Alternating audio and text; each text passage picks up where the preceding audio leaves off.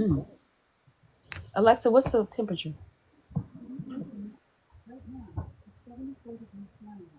Dang, it's 74, but it feels worse. Really? Yeah, it's only 74, but girl, I've been running around. Been in the streets. Trying to handle your business. I'm not mad at you. Hey, You know how DC. it is. Well, hey, what's up, my people? How y'all doing? We're doing Good. all right. Hey, how are you? I'm great. Y'all had a great week, I hope. I Yeah, it did. was. It was. Well, mine was busy. Mine too. Glad it's Oh, over. girl, look your uncle. I mean your cousin. Look, I say your uncle. I meant your cousin. Where he at? I just didn't he just pop up? No, I know he just popped up a second ago. Yeah, Hey, it's still why down. you not on this panel, Keith?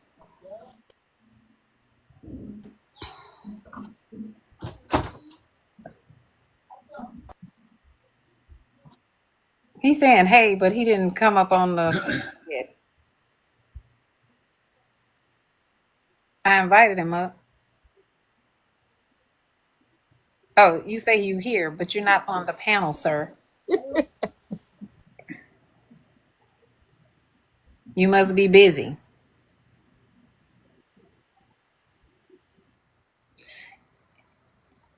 Welcome in. Not yet. Okay, well, I mean, let me know when you're ready to come up. We just chilling today. We don't have really anything scheduled. We're just gonna talk about a couple of things. Put a couple of ideas out there. Cousin, you have anything you want to talk about today? Not in particular, but we generally cover a lot of areas, so I'm excited about our conversation. I know, I can't wait to get things going. Yeah. I'm trying to figure out our time schedule, and I mean I have a lot of ideas. I've been writing down some ideas for our upcoming season of Cousins Chat. I have some new sponsors that I've been talking to, some people that want to sponsor the live and give us some items to give away like we did before. Yeah, that was fun. People really Yeah, enjoyed it. I'm excited about that. I mean, unfortunately, I can't participate to win anything, but but Oh man, put me on the list. well, I mean, I'm going in the comments. yeah, you can participate when you go in the comments. But if you hosting, you can't participate. Oh We, man. but I can gift you something. I can. Yay, because I need a vacation. You want one of those? What did we give away last time? Vegas trips, or Girl. we gave away the cruise. Yep. Cruise. Yeah, I remember that. Yeah, that was. I've never been on a cruise either. That sounds good. Oh, cousin, we were trying to plan one. Actually, the cousins were trying to plan one, but I don't know what happened. Oh yeah, well y'all let me go because I ain't never been on one. And that would be so dope. I went for the first time a few years ago with our cousins, and I had a blast. Hey, how are you? Hey. Yeah, come up if you want to. Send me a request. Yeah, so many people have a great time on cruises. I know I'm missing out. We had a lot of fun. I thought I was going to get seasick. Actually, I did get a little nauseous, but we had bought these bands, these wristbands. Somebody Hmm. want to come up. Hold on. Who's trying to come up? Who's trying to I come up? think you have to redo my mod status. Oh, really? Hold on. Let me see. I'm not good at this. I've never been good at this. Hey, ladies, how y'all doing? Oh, good. Hey, how are you? Long time no hear. How you Good, been? good. I can't complain. I just came from my daughter's graduation, so Oh, Oh, congrats. congratulations. thank you. They That's getting up beautiful. out the way, huh? Well, this she's only in eighth grade. She going into high school, so Oh, I there got you one go. Okay. graduate. And my oldest son graduates next year, so from high school. Oh, that's good. Well, at Yeah, least you get a break in between the Yeah, time. I know, yeah. right? Okay, so cousin, I think I I don't know what this thing telling me to do some serious. I don't know what. I'm not the one. I'm telling Somebody you right now, I'm not the one. But I do. I did update your status. Oh, okay. So you should be able to pull people up too, right? Yeah, I saw somebody was waiting, but then it disappeared. It might have been Ezar though. Maybe it was delayed, or somebody else is trying to come up. If you are, just request again. We're gonna figure it out.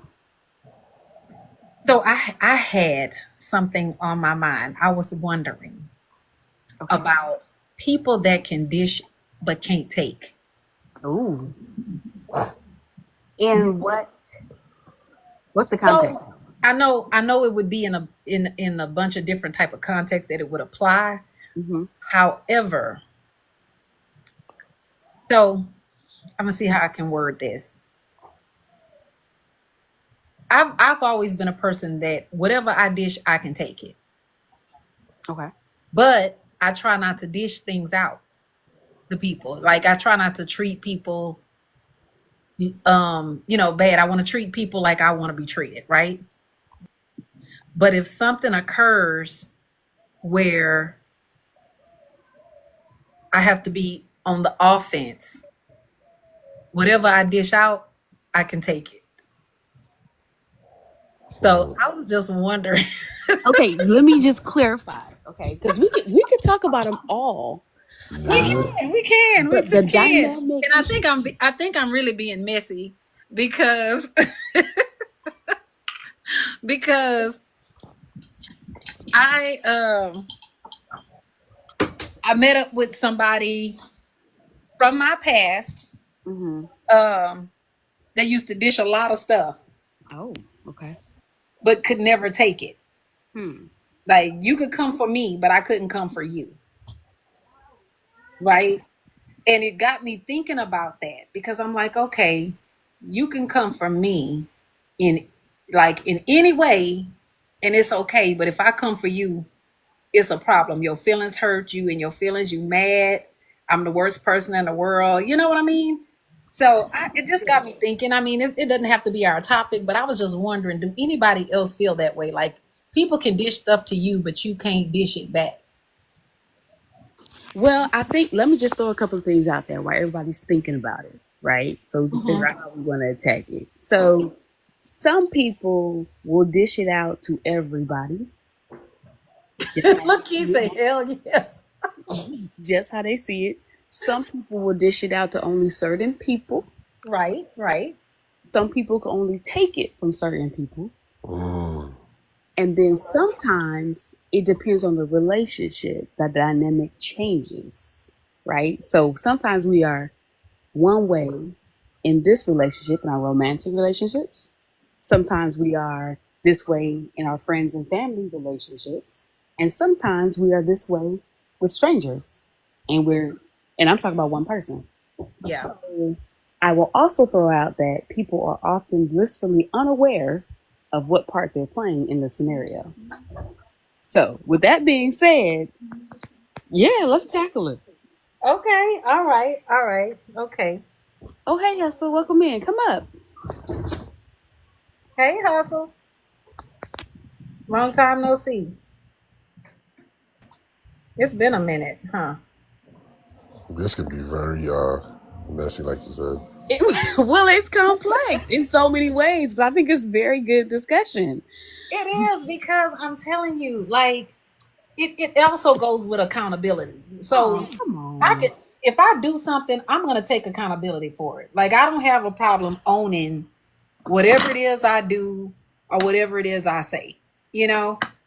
But I think that when people don't like to take accountability, they also don't like to receive whatever they are capable of dishing out. So it just got me thinking. It just really got me thinking, because I'm like, well, That's because accountability requires change, not just acknowledgement.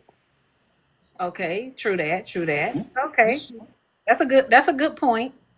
I mean, in my opinion, if you truly being accountable for something, you're gonna do what you can to make sure it doesn't happen again. Right. So And again, you're right.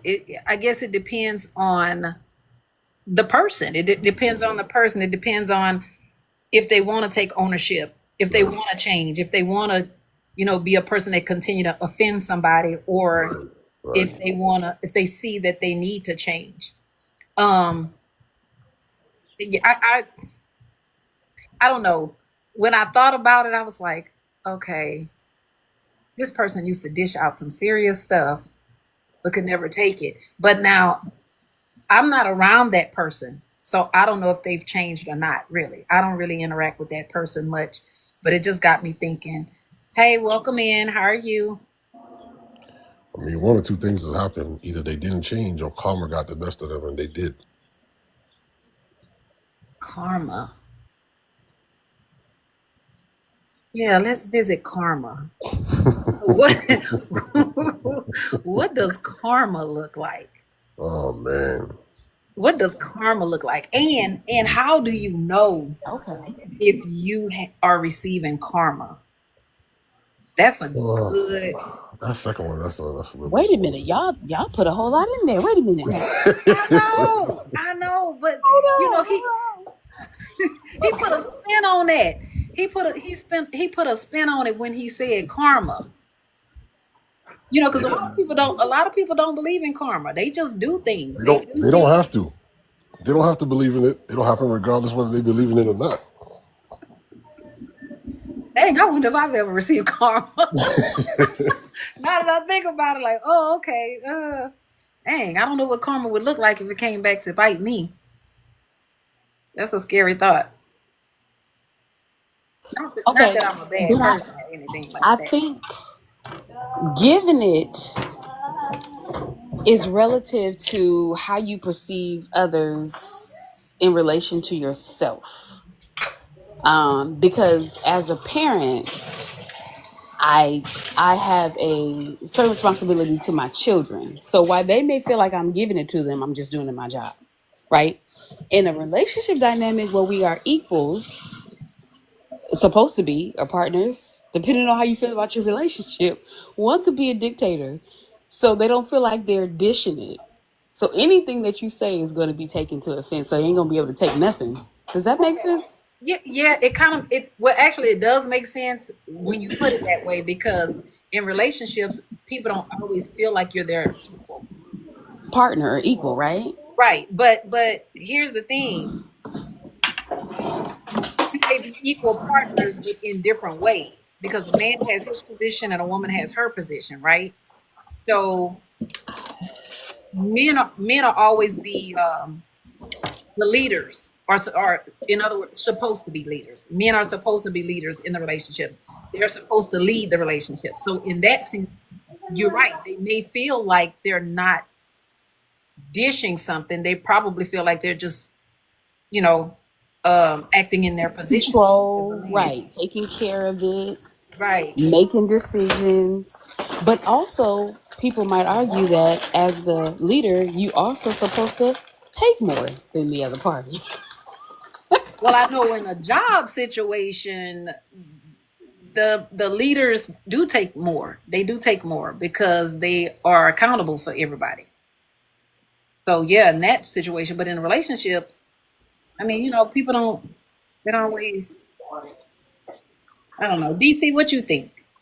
You quiet over there. That's why I said it's tough. There's so many relationships. We gotta kind of narrow down. I think a couple of things come to mind. I think from a man's perspective on the point that you guys are currently on is real men do not necessarily have to sit above on the throne. In fact, we sit on the foundation and we allow the family and the benefits and the burdens of all those things and the commitments that come with that on our shoulders. We're supposed to carry our families. We're supposed to carry our woman. I don't leave my woman by walking in front of her. I become the king by letting her to walk in front of me, and I support and hold her up. Now, to the initial topic of taking it and giving it, in my opinion, without generalizing, I think that's the baseline of narcissism. People who give it but are not in a position to be able to take the similar constructive or negative criticism in a place of control. I want to be negative criticism in a place of control. I want to be able to unload everything that in my arsenal, but I'm unwilling to hear anything that is considered negative or detrimental towards me. Does that make sense? Yes, it does. Like that. That's a good point. That is an excellent point. Wow, you need your own show. You play too much. No, I'm serious. That's some good stuff right there. Shoot, I think you kind of like shut it down with that one response. Whatever, Okay, whatever all right, narcissist is listening, they upset now. right? Well, I the don't thing, see it. I don't the see thing any with the messages. thing with a real narcissist, a good narcissist, is they're so self-convinced that their behaviors are Correct. Right. bored, right? That they don't even see themselves as being narcissistic, Nope. and Nope. they'll deny it because they go from either being fully in control or completely victim, and that happens on a consistent basis. How many times I've heard and been in conversations where the dialogue was, okay, I want to hear you, let me hear you, and the narcissistic person gives you everything that they're feeling, and then you say, well, let me ask you a question in reference to something you said. No, I don't want to be questioned, but you just put out a whole bunch of things that need to be addressed. No, I don't want I don't want to hear that. You'll hear things like I reject that thinking or I rebuke that thought. I'm not going to resist that negative. No, what you don't want to do is be challenged where you are controlling and trying to run the narrative. So, I think narcissists, the good ones, it, the people around them know it, but they're the last one to see it. That's interesting. Yeah, so y'all ever heard the saying that crazy people don't know they crazy? So do you think narcissist people think that they're narcissists? You think they know? Or No. they in denial? Not at all. I don't think so at You all. think In they know? order that requires self awareness. That Right. requires reflection. Like no, and a narcissist is always working on the other person's or the external, however they can try to manipulate the other party. It's never about them in the sense of accountability or responsibility. It's always about somebody else. Right? Like my brother, it's Azar. I want to pronounce your name correctly, sir, respectfully. It's Azar. These are yeah. Azar. So as he's saying, you made a very good comment a little bit earlier because you used a most powerful word in the dynamic, and that word is accountability. Narcissists do not hold themselves accountable. No. They hold the people who they are supposed to have their world wrapped around accountable. Yep. Their children have to be to a certain standard. Their man or their woman in that case have to be and look a certain way because they're a reflection of them. So everything is controlled by the fact that I'm not being accountable, but I'm going to hold everyone else to a standard. And that standard is supposed to make me look like I am the one and only person in this large, crowded room of people doing life. Hmm. That's interesting though. Very true about narcissists. That is so true. So why do you suppose people don't like to take accountability? Why do you suppose people avoid taking accountability? They don't want to change. Like I said, accountability requires for you to change the behavior. Whatever caused you to reflect on, okay, I need to look at myself in this situation. What did I do wrong? Where could I have been better here? What could I have done or said differently? That Hmm. requires you to the next time be mindful and conscious of it and change your behavior. Narcissists don't change. They want everybody else to change. On top of that, the other component of it is most people in general do not like what they see when they look at themselves in the mirror outside of the exterior Okay. because we're all flawed. And as the gentleman just said, instead of looking at myself saying, what can I change to be better? I need to justify where I am now. How many people we run into all the time say, hey, this is just me. You're going to have to take me like I am. And if you don't like it, that's your problem, not mine. I actually had said that before. Yeah, we've all said it. We've all said it. I know I've said that probably a few times. Yeah, we've all said it. But I have to look at myself and say, this is if it's a character flaw or if it's a manner in which I need to do some real self development in, I have to be willing to look at myself and say, hey, you are struggling in this area. Yeah, And are you going to do something? You are struggling in this area. yeah, And are you going to do something about it? Or are you just going to accept that this is a flaw? Now, granted, terms like unconditional love and accepting people for who they are, I believe all of that is prevalent. Now, I'm talking about internal. When you say self motivation and self investment, has to be about me and me.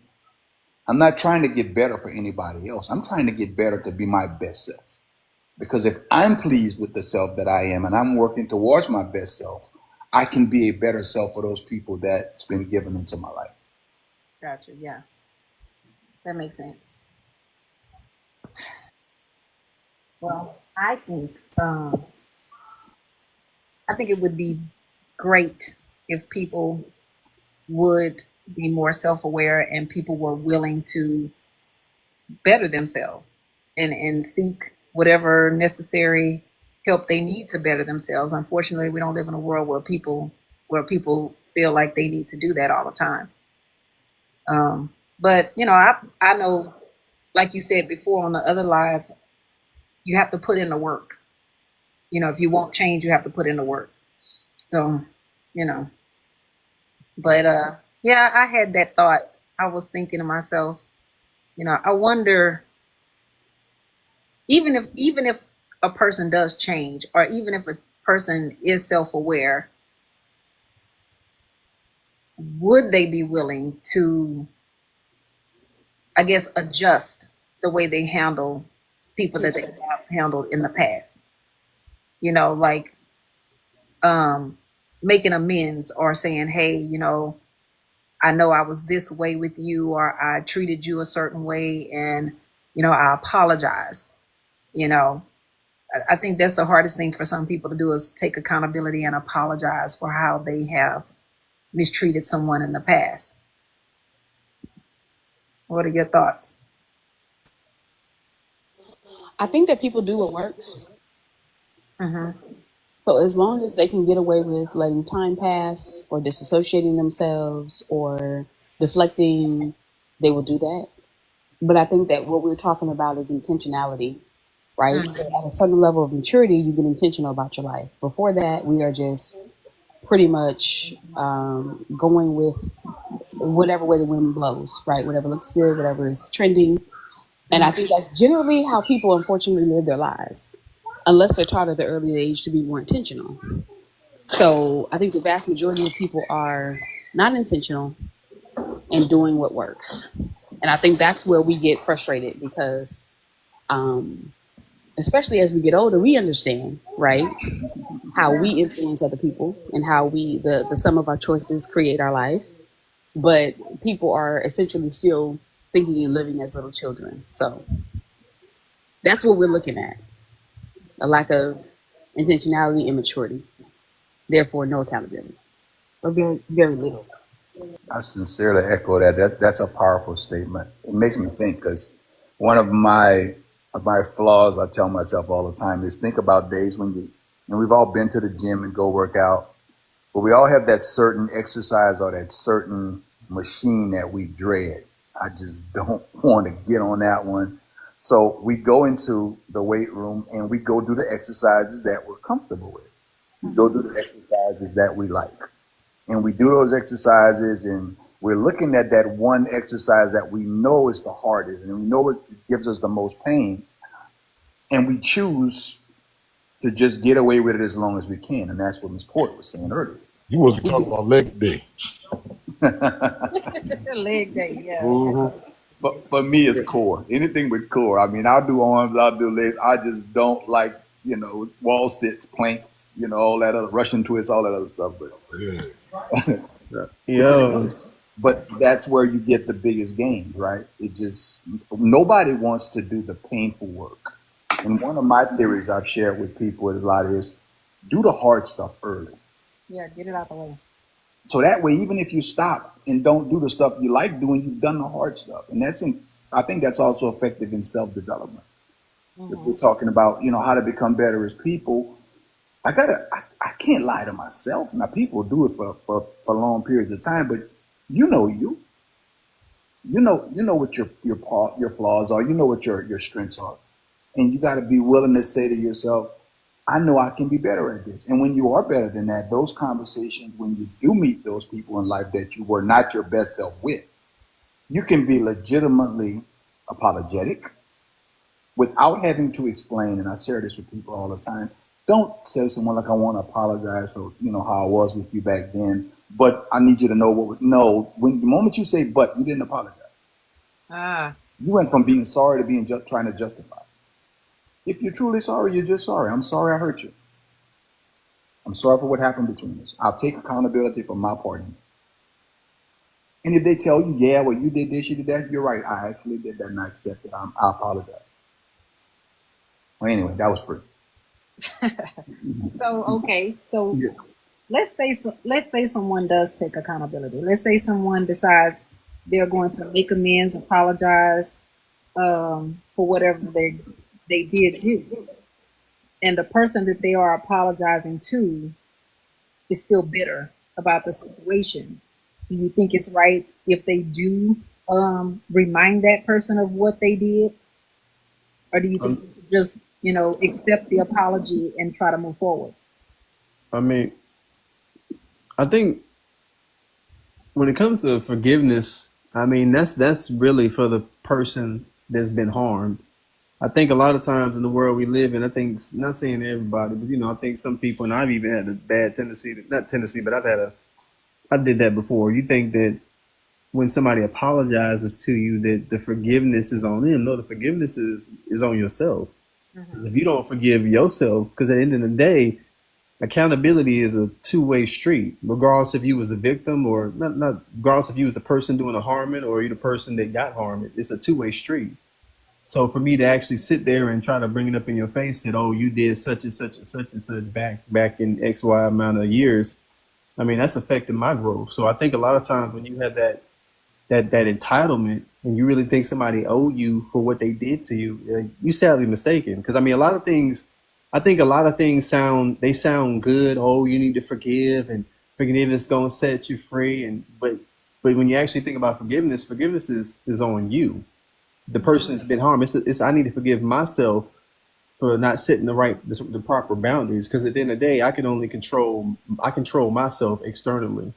I mean, internally, I can't control what other people do. So I think that's just the that's the big harsh reality is like at the end of the day, people really don't really owe you anything. Even if they never came back to apologize to you, how much of my life do I need to waste waiting for you to apologize versus me saying, you know what, that's my fault for maybe being involved. Because a lot of times when you see those red flags and you still proceed forward, because in some way, shape, or form or fashion, you saw that this wasn't really going to be going down the right path. So in a way, you really self-sabotaging yourself. So if you was already hurt once and you kept going through with it, now you hurt twice. So now that grudge is even increasing anymore. It's just best to say, hey, even if they apologize to you and you bring it up, it's at that point, it's like, yo, I need to do some self-healing because my thing is, am I gonna heal overnight? No. Shoot, I might never, ever, ever forgive you.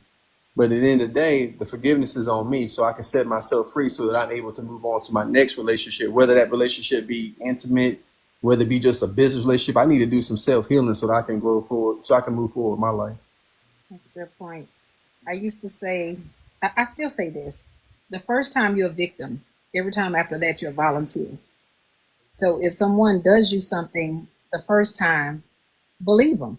If they hurt you or they did something to you or they said something to you or whatever the situation is, you know, if you choose to go back to it or if you choose to stay in it, now you're volunteering. You're no longer the victim. So to your point, yeah, I believe that both parties have to take accountability because you may trick me the first time. You may fool me the first time. But after you fooled me and I know who you are, now it's on me.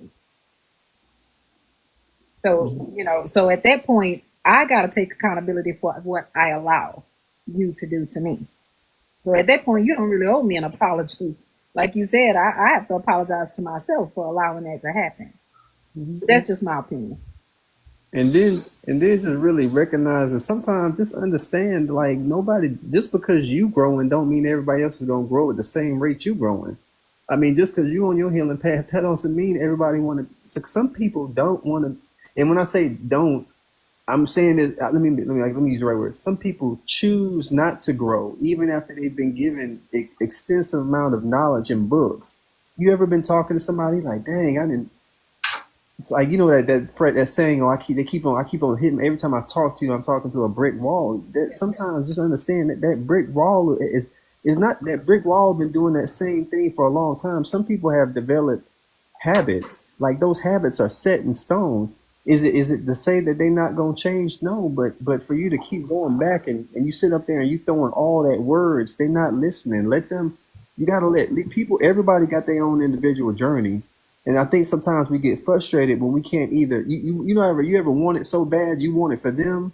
If they don't want it for themselves, then why are you stressing yourself? You gotta sometimes understand that you know what, I love you, but I'm gonna have to sort of cut this relationship off because right now I want it more than you, and I can't live your life the way that I want it to be lived for you. Because sometimes you wanna live their life for them. Hey, let me jump in and so you don't make those mistakes. Let me jump in. So no, let them go on their own journey. Will they change? Who knows? But that's not I feel like sometimes we put too much life into we want to pour so much into somebody that we totally forget that my cup is running low. And that's why you got to sort of understand. Sometimes it's just time to cut things off and saying, let me go find something new. Let me go search for a new relationship where we both filling our cups up. Because right now my cup ain't overflowing. You Well, draining my cup. You draining my cup. My cup is empty. Matter of fact, it's got holes in it. But I notice as my cup is draining, you're not even taking the time to come back and say, "Hey, let me patch your cup up so I can pour into you." You just got to sort of stop it. Them cutting off them boundaries and learning that it's over. When it's over, let it be over. And you can just learn how to just really love people from a distance, or strategically love people from a distance. So I would think, I think an analogy to go on to what my brother's saying here is release and unpack. So when forgiveness comes, forgiveness, the term forgiveness really means to release. So if you think about back in the day when people had debts and had debt forgiveness, you hear that term even this day.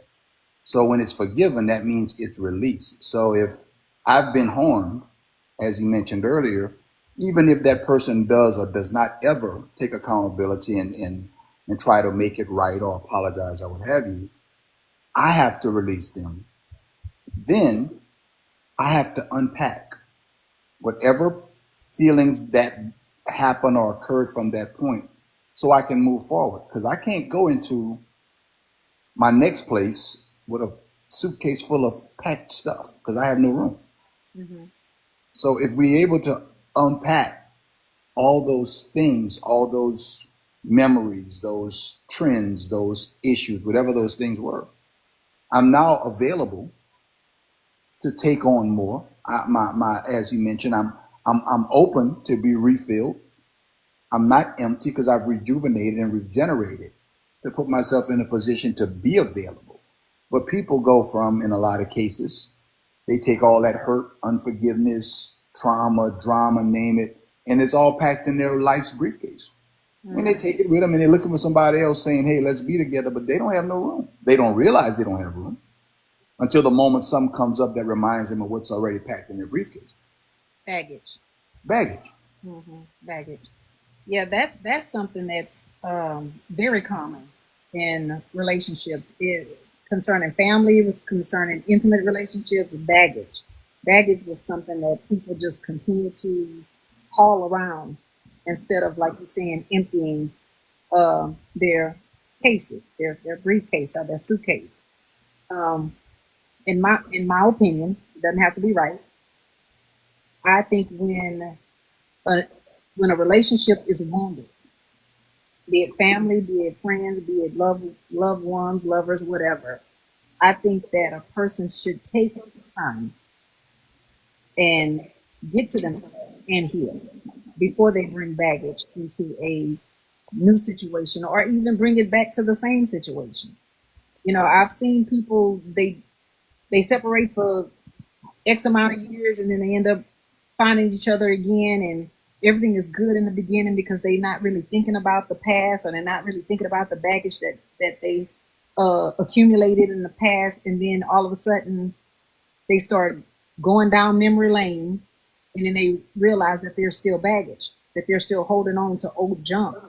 And you can't bring old junk into a new situation. So I agree. People need to take time and empty their baggage and heal and try to move forward in a more positive light.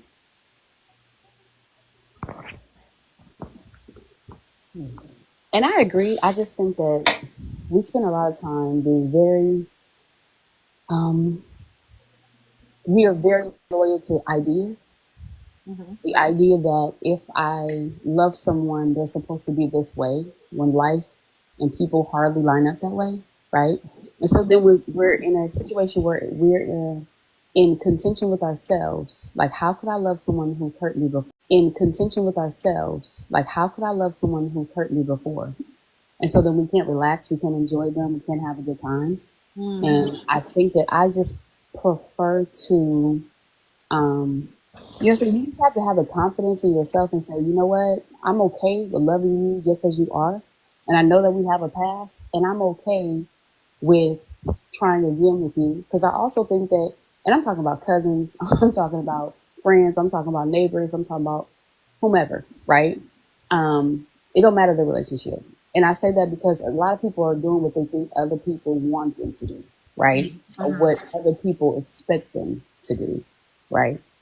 Um, and I think that part of our journey is to just come to terms with how we feel. Like, be emotional available for yourself, right? And be okay with saying, I know you did this and that, but I still love you. Do I want that to happen again? No. Is because I'm with you, does that mean that I want it to happen again or I'm okay with it? No. But I'm not going to keep fighting myself as to why I love you for who you are. Mm-hmm. Right? And who you are and what you do is two different things. Yeah. And I think that when we can divide that rightly, then we have less problem holding on to things and baggage from previous relationships, even if it's with the same person. Like, you got to do it until you get enough of it. You know what I'm saying? And, you know, like, I'm not gonna be mad at myself because I keep taking you back because that's my choice. I keep taking you back. I told y'all before, I don't leave nothing I want, Mm-hmm. and that's just it. I hear you, cousin. I don't leave nothing I want. I don't have a problem saying that I want you or I want this or I want this job. I may complain a little bit, but I do want my job, right? You know what I'm saying? Like, the older you get, the less you start holding on to stuff because that stuff get heavy. It does. It gets heavy. I gotta change seats because this is a very uncomfortable chair. So I want to be in a more comfortable chair. I'm gonna move. So anyway, I know I'm moving around a lot, but That's a baby, life. That's a life lesson right there. You want to speak on that? Sometimes you gotta move. You gotta move chairs. I gotta move You this. gotta I gotta move. move to a different chair. What's up, Uncle? How Hey, Hey, Steve. hey, hey, hey, what's happening? Good, are man. you doing? I'm good. I'm good. I'm straight. How y'all? How are y'all? Good. We're Doing doing good. all right. We're doing all right. We're missing a couple of our regular peeps. A couple of them are out of town. They spoke to me earlier. They said they wish they could be with us today, but unfortunately, they're gone. That's all That's right. right. We got this That's spot. right. No It's problem. Memorial Weekend. Yeah. Yeah, yeah. One is on a vacation, and the other one is taking care of some business and gonna be gone for a while. So, but Y'all still y'all saved and what's his name? LeJohn. What's his name? LeJohn. St. John. St. John. I don't know where St. John is. Niche, have you talked to St. John? Ain't seen him. Ain't seen him on live. You know what? I popped into a live and saw him, but I ain't seen him in a minute regularly. They was in one today. No, maybe 3 days ago. Maybe 3 days ago. But before that, I hadn't seen him in good 2, 3 weeks. Well, I know that Cyan won't be with us for a while because he's taking care of business. He's out of town. He's not gonna be available. Well, he said he may be available here and there, but he won't be able to to join us for a while. Okay, DC, I'll pull you back up when you're ready. But anyway, so cousin, yeah, I was feeling what you were saying. I get you. I get you. You don't leave nothing behind that you want. I get it. Oh Well, yeah, that's real. I heard talk about the baggage of relationships, and Yeah, that's 90% of well, that's one main reason relationships don't last a day yeah, because they do bring that old baggage. You can't you cannot hop into another relationship weeks, months, and start over. It's not that's not how this shit works. But it, it it's it's like it's like, especially if you really had strong feelings for that individual, you just can't. You can't. You might want to, but I noticed one thing, two reasons relationships not working, and it's my opinion. okay. All right, Mm-hmm. number one, you don't court or get really get a chance to know one another. This a microwave generation. We want this shit now. I've No, never heard that term before. Microwave generation. That makes sense though. Go ahead. no. Everybody wanted, you want to, playhouse. You happy, you excited. Let's move together. Let's do this. No, you don't know that. You don't know shit about nothing about that individual at all. They cute, they fine. The outer appearance, yeah, but the inner, you don't know Right. nothing. And then you hadn't you have not learned to love yourself all over again. I Mm, know yourself all over again. If you don't know yourself, how the hell you gonna know me? How you gonna love me if you can't love yourself? Right. right. How am I gonna love you if I don't know to love myself or how to love myself? Right. That makes sense. So you're right. Because Microwave generation. as as I as use as that. as a woman should know herself, her self worth, Mm-hmm. who she is, inside and out. And if that man can't reach that point or pinnacle, no, no, because he's supposed to love you more than you love yourself.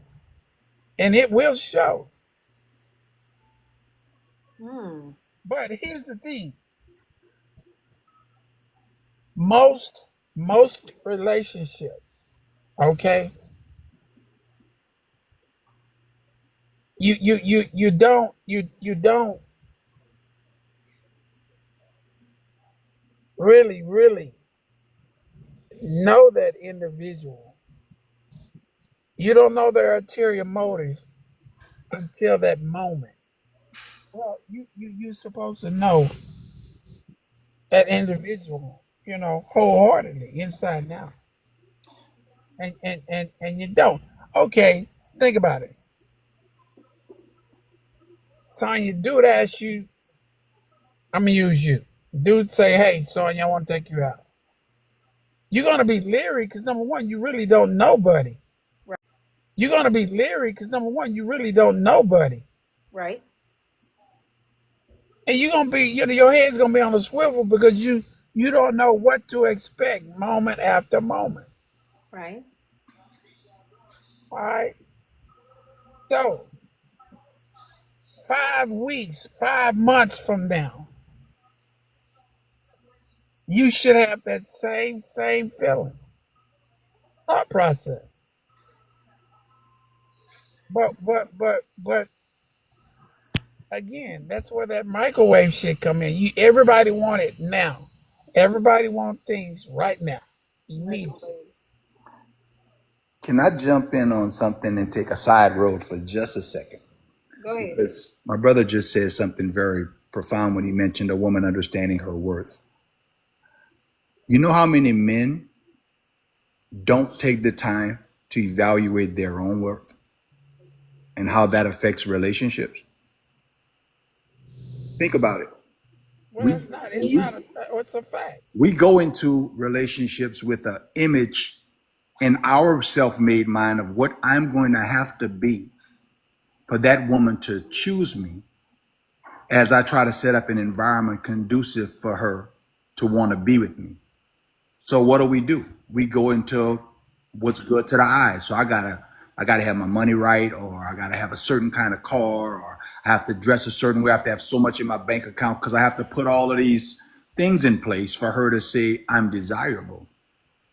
And in the process of doing that, we forget doing things like becoming self-aware as we are as men, being the protectors, being the men who can shield our women from harm, not just physically but emotionally. In DC, is it DC? Yes, sir. DC. Number one, any and every man should never approach a woman if he know he cannot financially support that female. He shouldn't open his mouth because he know he can't take care of no woman. All right. Number two. All right. You as a man, if you were raised by a man, if you know what true manhood is, it isn't materialistic. Nothing about manhood is materialistic. Okay, if you're a real man, all right, most men, even today, most men don't know how to be a real man, a true man. Because, see, he's responsible for that woman and those children until the day he closes his eye, until he parallel, looking at the roof of the church. His ass is responsible wholeheartedly. Okay? But no men. Half these brothers, you think they would die for them female? I know You that's think right. they would lay their life down? No. Push come to shove A lot of them wouldn't. A lot of in them wouldn't. its That's totality. that's because in today's world, everybody got a backup. That's because in today's world, everybody got a backup. Everybody they if this don't work, then I'm gonna go do this. If this don't work, nobody want to put in the work. Nobody want to stick things through. And I tell people all the time, if you having some issues with your loved one, the first thing you don't need to go run and tell everybody else. You don't need to Nobody. no. Nobody. That's between you and that person. Y'all need to work that thing out. And so I had a conversation with somebody in the family, right? And they were having some issues in their relationship, and they went to another family member, who in turn say, "Well, if it's not working, just go home to your parents." And when they asked me about it, I was like, "No, don't go home to your parents. If Are they putting their hands on you? No. What's the problem? We just not getting along. Okay, don't go home to your parents, because if you go home to your parents, you're not ready for the next step, which is marriage. Because if you can bail out just because y'all not getting along, then you're not ready. Because in a marriage, you can't just bail out. Y'all said, a while back y'all wanted to get married, but this ain't marriage behavior. Y'all need to work that thing out. Y'all need to figure out what the issue is, talk about it. If you need counseling, seek counseling. You talk to the pastor, talk to the pastor. But don't put your family in your business, and don't bail. Work that thing out. Well, that's the idea of marriage, man and woman. Work that. I mean, that's basically what relation. Yeah, of marriage, man and woman. Work that. I mean, that's basically what relationships are supposed to be working towards. I mean, Right. you know, But I mean, that's what I'm saying. Depending on what you're saying, yeah, there's no way I'll ever go to another man to figure out how to be a man to my wife. Man. right, There's no right. way. And See, vice versa. A woman shouldn't be going to another woman to no, figure out how she got to deal with her man. no. That don't make sense. Now they got people in place, like I say, pastors, counselors that can work with both of y'all. But no, no, we're not doing that. We're gonna work this thing out. We're gonna figure out what it is that's missing or what it is that's interfering with our relationship, and we're going to work it out. We're not bailing. Well, see, Here's what happened. I'm sorry. Go ahead, Corey. and you know, the back point is that most women don't realize that they are supposed to adapt to that man, not that man adapting to them. Right. Okay. And submission is out the window. I don't know what the hell submission. My ass, that ain't shit. It's out. It's out. It's out. I think if people really took the time, I'm not talking about old school. I'm saying more new school these days with relationships.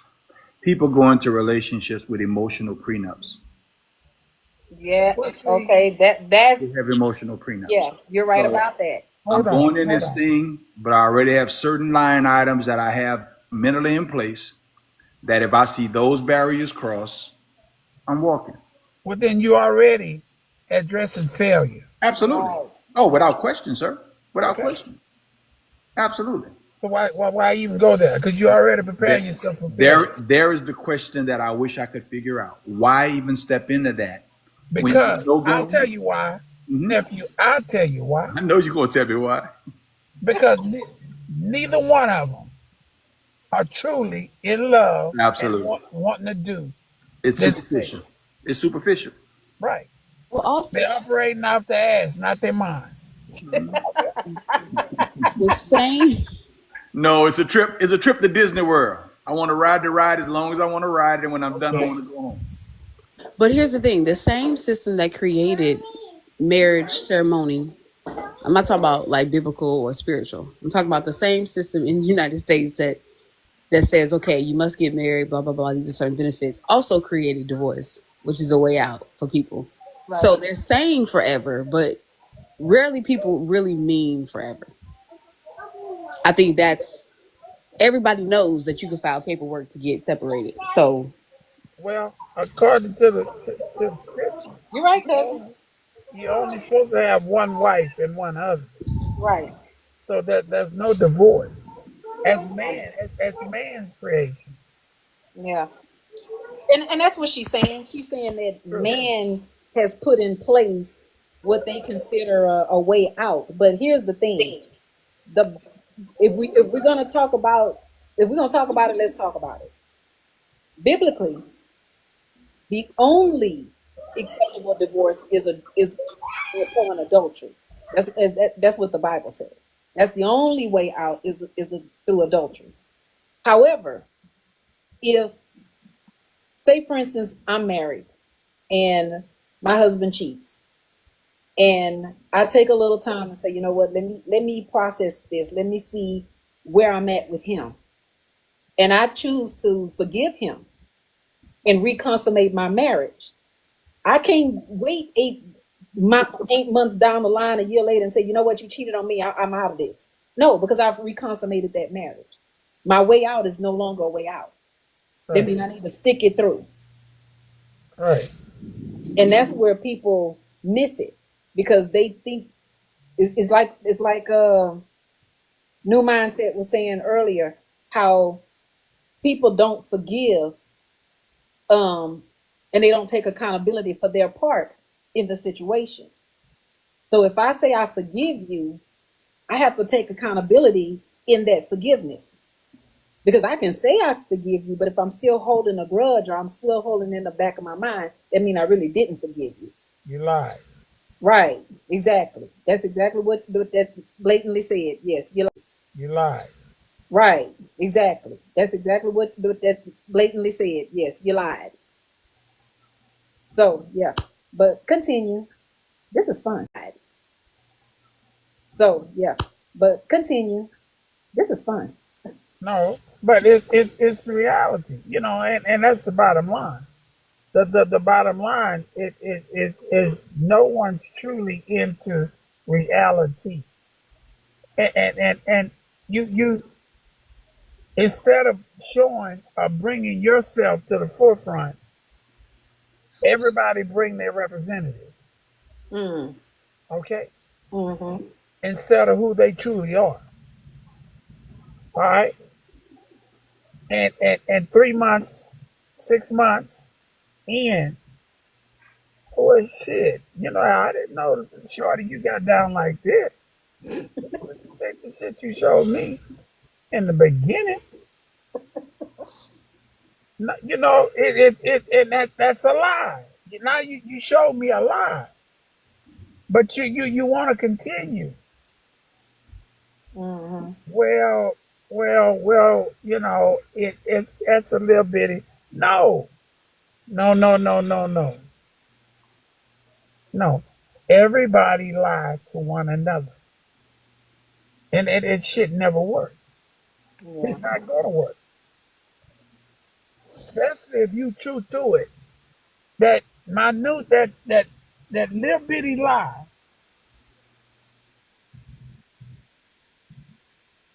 change your whole perspective of that relationship. Period. You're done.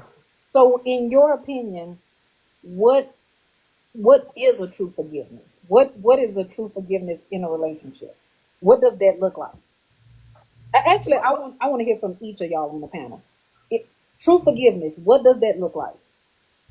Well, here's the thing: if you 150 with one another, you don't have to worry about whether or not we're going to run into this issue, because we all infallible. We are human. We know that. We know that. We're going to make mistakes. Mm-hmm. No one's perfect. All right. But if something come up, pop up, happen, you're going to confront it right then and there as a man. As a man, you gonna, well, baby. I just spent 3,000. Hey, I bought such whatever. It's not a death defying situation. You know what I mean? Now if she jumped Judy, well, yeah, you got problems. Hey, shorty, come up. Where you look? I spent I just spent $4,000. Okay, all right, but a man gonna say, all right, that's fine. Now next month when you say lighting candles, don't trip. We just gonna light candles. Don't open your mouth if you puff out and pop. That's where the problem begins. We can laugh this shit off, but I'm just giving you a hypothetical. Right. You, I got you. you know, I got you. but don't trip. Don't trip.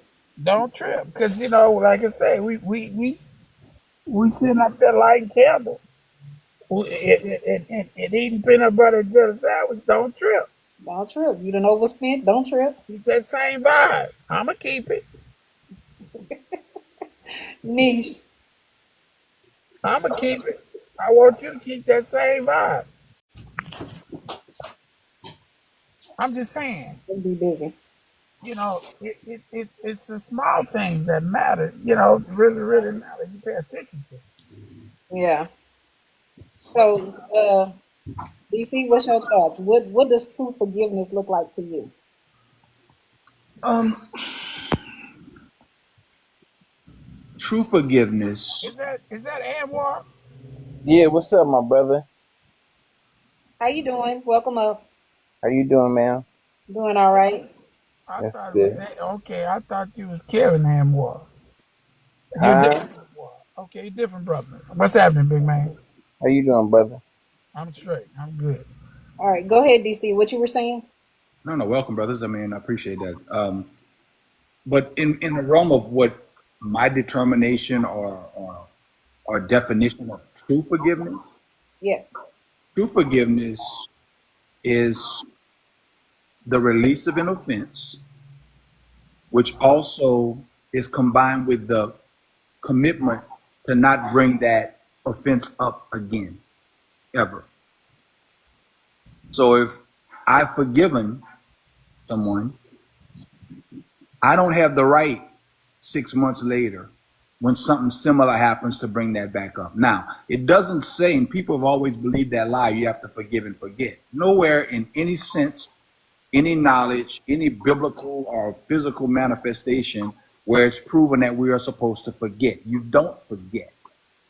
But once you've chosen to forgive, I don't have the right to dangle that carrot back over someone. Mm, Not if it's true forgiveness. If it's true forgiveness, I'm supposed to treat it as though it don't exist. it never happened. Right. Or it happened, but it's never to be brought up again as a act of accountability or an act of punishment or an act of being one up, you know. Mm-hmm. If I've forgiven, you Right. know, if she cheated on me and I forgave her, 5 months later, I'm not going to be like, well, you know, I'm going to get my lick back, or if it ever comes up, or if somebody say, hey, whatever happened, no, nothing happened between us. Well, didn't she cheat? Well, what are you talking about? Because it no longer exists. That's Mm, true forgiveness. But here's the thing. that's That is powerful. extremely, extremely difficult to do. And I'll tell you a brief analogy why. Got my first car when I was like 17 years old. Never was so proud of my little Mazda 626. And man, I was riding that thing till the wheels fell off. And one day I'm riding, I hear some noises down the road, and I hear some noise underneath, and I found my muffler was dragging. Me being young and stupid, got right up underneath the car while it was still hot and decided I'm gonna try to fix my muffler while I'm under there. I'm doing that, and all of a sudden the muffler falls, lands on my arm, and I get a second-degree burn on my forearm. It is years later. Whenever I'm cooking or over a stove or over something hot, I still feel heat in that exact spot where I burned my arm. Mm, Now, it no longer it no longer hurt, it no longer burns, but there's a sensation that I know in my mind that I still feel from that moment. mm-hmm. It's just like forgiveness. It don't hurt no more, but there's always going to be a part that's going to be a reminder there. But I have to choose to decide, you know what? I'm still going to cook. I'm not going to stop cooking just because I feel a sensation. I'm going to still be with you if I truly forgave you. But the issue with most, and not most, but in a lot of relationships, what you will find is one person is doing more forgiving than the other. Ooh. One person's walking around saying they're sorry, the other one's walking around with a notepad. Okay, you're sorry, but let me write this down for when I got to bring this back up. Mm-hmm. It's armory. It's weaponry that they can use for later. Yeah. Hey, Sonya, Yes, sir. real quick. I'm not gonna leave, but drop me down because I gotta take care of some business real quick. Okay. I'm not leaving leaving the The comments. I got you. yeah. Just throw me back down. All right. So okay. So Niche, what's your thought process on it? Um, I'm sorry, I'm cooking. Is there a question on the board?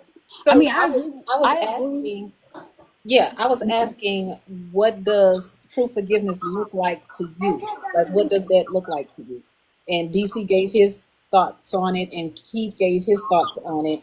So I was just trying to ask different people on the panel what were their thoughts? Like, what does it look like to you? I don't know if I was capable of really forgiving anybody when I was younger. Let me just say that. Mm-hmm. When you are younger and you have a certain understanding, most of your relationships kind of go the same way, depending on who you are. So let me just say that when I was younger, I might have just displayed more toxic like behavior, right? I Mm-hmm. forgive you because I feel better, but later on, that don't apply because it came up again. And I think that's just life, right? Mm-hmm. Sometimes we think we over something, we're really not aware of how deep it affected us, right? Or how serious it is. We're really not aware of how these things resurface. But as I have aged and had more experiences, um, true forgiveness is really understanding who the person is, because people can only be who they are in that moment, right? And people change and evolve all the time. So I think most of our hurt comes from us trying to box people into who we want them to be or what's comfortable for us. Does that make sense? Yes, it does. So if you are not even accepting people for who they are, I doubt that you have the ability to forgive. That's a good point. I Okay, mean, I like that. I like that. Go ahead, new mindset. I think like you if you can forgive somebody. I mean, I think it's one of those things where I think sometimes, like, of course, forgiveness is for yourself. As I said that before, but it's like when it comes down to relationships, I think forgiveness can be it can be based off different circumstances. Because like if you with somebody that, okay, you plan on having a future with them, you plan on, you could, it was something I was talking to my friend about. I was saying that you're not gonna find the perfect person, but you are gonna find somebody that their good outweighs their bad, and the rest of the stuff you can tolerate. You're not gonna find nobody perfect, so the good outweighs their bad, and the rest of the stuff you tolerate. So I think sometimes forgiveness can be a little bit circumstantial. Of course, you need overall, of course, the right way to do it. Then you need to forgive everybody. That's fine. But a lot of times, depending on who you with and what relationship you in, and how like the depending on who you with at the time, it can be forgiveness can be different. If you plan on making it work or making something, go long term with somebody, then yeah, forgiveness gonna have a totally different definition with them versus someone that you really don't foresee a future with them. So I would say, like, for myself, forgiveness is one of those things where you can actually look at that person and still move forward, even though it's not going to be something that's going to happen overnight. You can sort of look at them and move forward because you see the overall goal of it. So I say forgiveness is one of those things where it ain't got to be no big emotional hoorah, or, But this is one of those things where you can choose. Forgiveness looks like I'm able to move forward despite the fact that I'm still feeling some type of way about what you did. And I can, and we can sort of function. We can sort of function. The relationship can continue functioning in a healthy way, so that we can move forward. Okay, all right. Anwar, Yes. thanks for joining us. I Thank want to say you. welcome up. Thank you for Um, stepping me up. have you had a chance to kind of listen in on what we are discussing? Yeah, yeah. I think I got the gist of it. Are we talking about just relationships or other things? We're it's kind of broad. We got to a point where we're talking about what forgiveness looks like to you. Like Okay. what do you imagine forgiveness to be, or what you feel forgiveness should be? Okay. Well, forgiveness. I mean, well, I don't know. I never could hold grudges towards people. I've never could. So, forgiveness for me is just, I can forgive you and just, let's just leave it alone, leave it in the past, and not bring it back up no more. You know what I'm saying? I mean, we all make mistakes. We all do things to make each other mad. Why hold grudges and why hold on to that anger? Because you're not doing nothing but hurting yourself in the long run when you hold on to anger and non forgiveness. Mm-hmm. That's my personal take of it. Now, if we talking about relationships, hell nah, I can't forget that. And that Okay. also goes for family members. Hey, I like the honesty. I like the honesty because I'm being real. I'm not gonna forgive it. Hey, Madam Hostess, he's bringing up a very good segue to what I was going to kind of throw out there because you're the host, and I definitely don't want to be trying to moderate the narrative. yeah, you However, good. would you ask, and not maybe the panel want to speak on this? What are the forgiveness deal breakers? Okay. What you mean?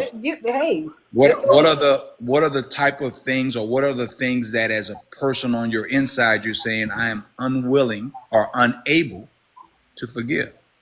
Oh, cheating, stealing from me. That's about the only two things I can think of. no, that's so real though. The way he said that it was so real. I'm laughing, but I really appreciate that honest answer because a lot of times people will say what sounds good or they will say what they haven't experienced. You know, they'll say, "Well, I could forgive," but it really haven't experienced that type of hurt. You know, uh, before. Now I have never had nobody cheat on me before, but I know me as an individual. I know me. I know my personality. Mhm.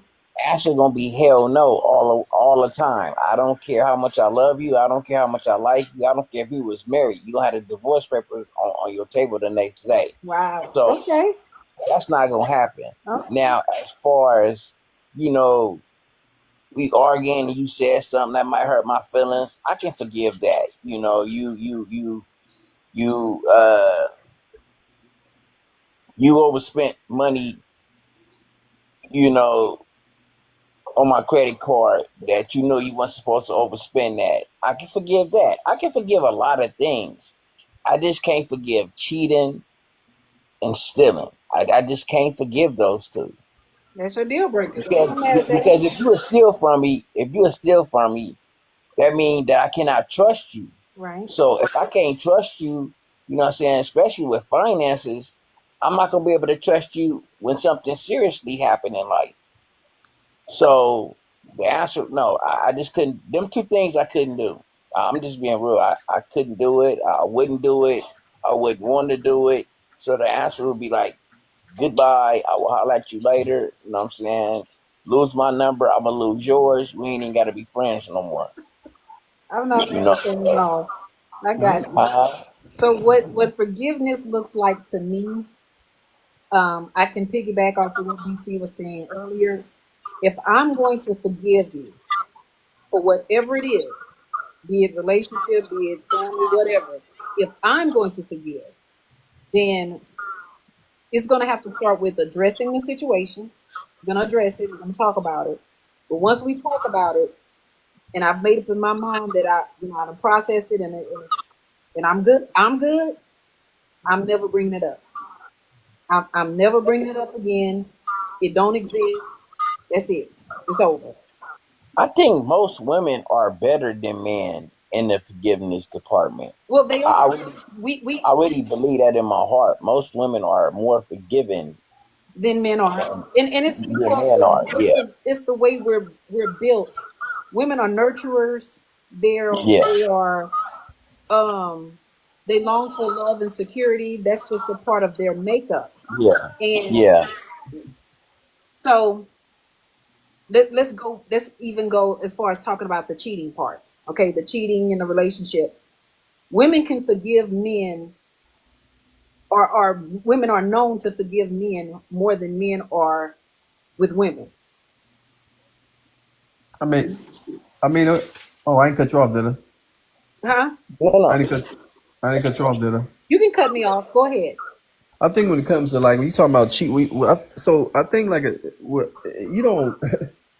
Of course, the way it sounds and the way it sounds it ain't gonna sound all that good. But like as a man, if you have a woman that, especially as a woman that you didn't, a woman that you love, and then you really really love this woman, and you in love with this woman, for her to step out on you, it's gonna hit differently. So you're not gonna, yeah, I might forgive you. I might say that I might verbally forgive you, but the relationship gonna be different moving forward, especially if you decide to give your body to another man. Because I at was the gonna end, hit that. I was gonna actually hit on yeah, that. You're yeah, right. because I my thing guess I is, can say, brother, cause, you're a better man than me because you 'cause- did it once. I'm not even thinking about it. I'm not even yeah, second guessing it. I'm done with you. I mean, Well, because well, I believe. Go ahead. I'm sorry. I Go mean, ahead. if you talking about like if now you talking about we brand new, fresh into the relationship, and we a year Man, in and you listen, cheat. Oh no, I've been, I mean I'll forgive you, but it's time for us to part ways because I mean we a year in. You how we gonna be a year in? and Let you me just say this. cheating. Now, if you talking about, if Let you me say talking this about we to done you, been my together brother. 10, you been talking about been together like 15, 20, 30 years. Now, I'm not going to throw no 30 years of worth Okay, of let time me say together. this, my Like, brother. Let me say uh, this. I've been I've been married for 25 years, right? And let me find out my wife cheated on me. I guarantee you her shit will be sitting outside my front door when she pull up and the locks will be changed. And we will not have no conversation. It's nothing you can tell me. It's nothing you can tell me. It was an accident, baby. I was just so drunk. I don't want to hear shit. Get your shit and go. Wow. okay. I'm not gonna play that. Period. Right, right. And I've been I'm taking saying like care of you, you all these years, making sure you had everything you wanted from me. I was the man, you know. I did stuff that I didn't even feel like doing with you, but I did it because you my lady. You know what I'm saying? So I wanted to make you happy. And you gonna step out on me with somebody else? Miss me with that. See, so in my thought process, I think that the reason why women can forgive that faster than men is because women are, I don't even know how to say this. Um, Y'all more like you said, y'all more nurturing, well, it's not just about and being then also nurturing. y'all think It's not just about being nurturing. It's not. yeah, it's Just not about that it's because we were our just place having as a women. conversation about this the other day, me and my friend, and he had asked me. He said, "Man, if yo," because he asked me the same question. He said, "Man, say so and so stepped out on you." I said, "Bruh, it wouldn't even be no conversation." You know what I'm saying? Because I don't want to put nobody. I ain't gonna say no names or put nobody business. And but he been with this girl for like 15 years, and come to find out, she messed off on him. And he trying to figure out what to do. I'm like, figure out why you doing it, why you packing her fucking luggage bags and putting it outside. That's how you figure it out. You know what I'm saying? Because now if you got a slimy dude that's cheating and he ain't no good, I can understand that. Tit for tat, whatever. But if you got a dude that's seriously going to work, coming home, putting you first and everything and all that, and you throw that away, you know what I'm saying, for a dude that just wanted a piece of, from you, if you willing to throw that away, ain't no telling us what you willing to throw away. So no, it just couldn't work. Not So for me, it couldn't. so when our bodies are supposed to be vessels, we're not supposed to share. Thank you. So Thank you. when it comes down to a woman stepping out, she's giving away something that actually not belong to her, but belong to her husband. Thank you. And I'm not talking about boyfriends and stuff, because people these days they think that Nah, we boyfriend, talking about girlfriend, nah, we talking about marriage. We talking about but marriage. we're talking about marriage Yeah. because when a woman steps out, she's defiling her body. Yep. It's the Bible even speaks of that. She's And defiling. then also one thing I learned about women, it's not a such thing as I cheated. She been talking to this dude before she even gave it up to him, bro. Well, because So women that and men means cheat for that different she reasons. been having conversations with this dude. She been thinking about it. So just knowing that she been thinking about it and talking to this dude for a minute, a month or two, 2 months, or whatever, however long it might be. Just knowing that fact alone, that she had that in the back of her mind the whole time, she telling you, "I love you, baby. Give me a So, kiss. I'm on so my in way other to words, work." she Or emotionally cheated first. well, let's yeah, She cheated let's emotionally first, yeah, and then yeah. it turned So into something yeah, physical. then it turns into physical. Gotcha. So there's no excuse for that, bro. let's address There's that. no excuse for Let's that. address the elephant in the room. First of all, women are better cheaters at it to begin with. They So are. if they are cheating, we may never know. So we're not They even are. gonna go there. But But to, not all the time because I'm not gonna lie. I don't know. I guess because I was in the military, so I observe a lot. So I observe my woman habits. I observe, how she move, how she, no, respect. I'm not saying all women I cheat. observe them things. So when them things start floating off to a different direction, it's got me thinking like, okay, you putting on different perfume, you caring about, you know what I'm saying? First you used to just throw on a sweatsuit and go to the store. Now you're getting fully dressed to go to the store. So so if you a man that's not into your, I mean, if I'm with you, I'm into you, right? Right, right. You So my let lady. me. If you my lady, I am completely into you. So therefore, I'm observing all your actions, all your interactions with your friends and whoever else. I'm observing them things. So what you're And when they saying? start changing, you know what I'm saying? When they start changing and things start seeming not right, you know what I'm saying? You used to leave your phone on the couch. Now you get up and take it to the bathroom with you. You know what I'm saying? So it's like little things that you can catch on quickly to be like, yeah, something ain't right here. Something Right. is So not let right me here. let me agree with you on a couple of quick points. So, like you were saying, the reason that you get frustrated by cheating or stealing, that would be the breakdown for you, is because what you're talking about is return on investment. If I'm Yeah, investing my whole because self I into, just put all this time into her, and you know, every like my woman to tell you, I gave her the option, right? When we first got together, I said, look, if you don't want to work, you don't have to work. I promise I got both of us. I got us. And I'm gonna make sure you got everything you need. It ain't like I'm over the money and nothing like that, or you gotta ask me like you a 2-year-old I don't think child, that you know what ever I'm saying? ends well. It ain't nothing like that. So the point is, what's mine is yours. And this house is ours. You know what I'm saying? Them cars are ours. So I'm sharing freely with you. I'm sharing everything that I bring into this house freely with you. And if you break that trust, ain't no telling else what you willing else to break, in the long run with me. So if I forgive one, I just feel like this. If I forget that one thing, I'm setting myself up for failure in the long run. Because you might think that, oh well, he forgave me once, he ain't gonna trip if I stay out all night, with my girlfriends, or he ain't gonna trip if I come in at 6 in the morning. You damn right I'm a trip. So it just turns into other things, and I noticed that from a couple of my friends. They let their women walk all over them, and I just, the respect factor that they get them dudes. I just be like, I couldn't be me, bro. It couldn't be me. It just couldn't be me. So DC, what you were about to say? You was about to say something.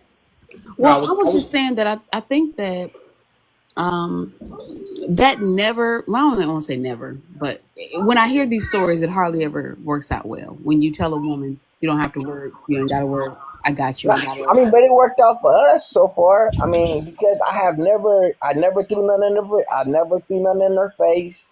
I have never done that because I gave her the option not to work. So I'll be wrong for throwing something up in her face after I said, if you really don't want to you really don't want to go to work, you just want to watch the kids, then do it.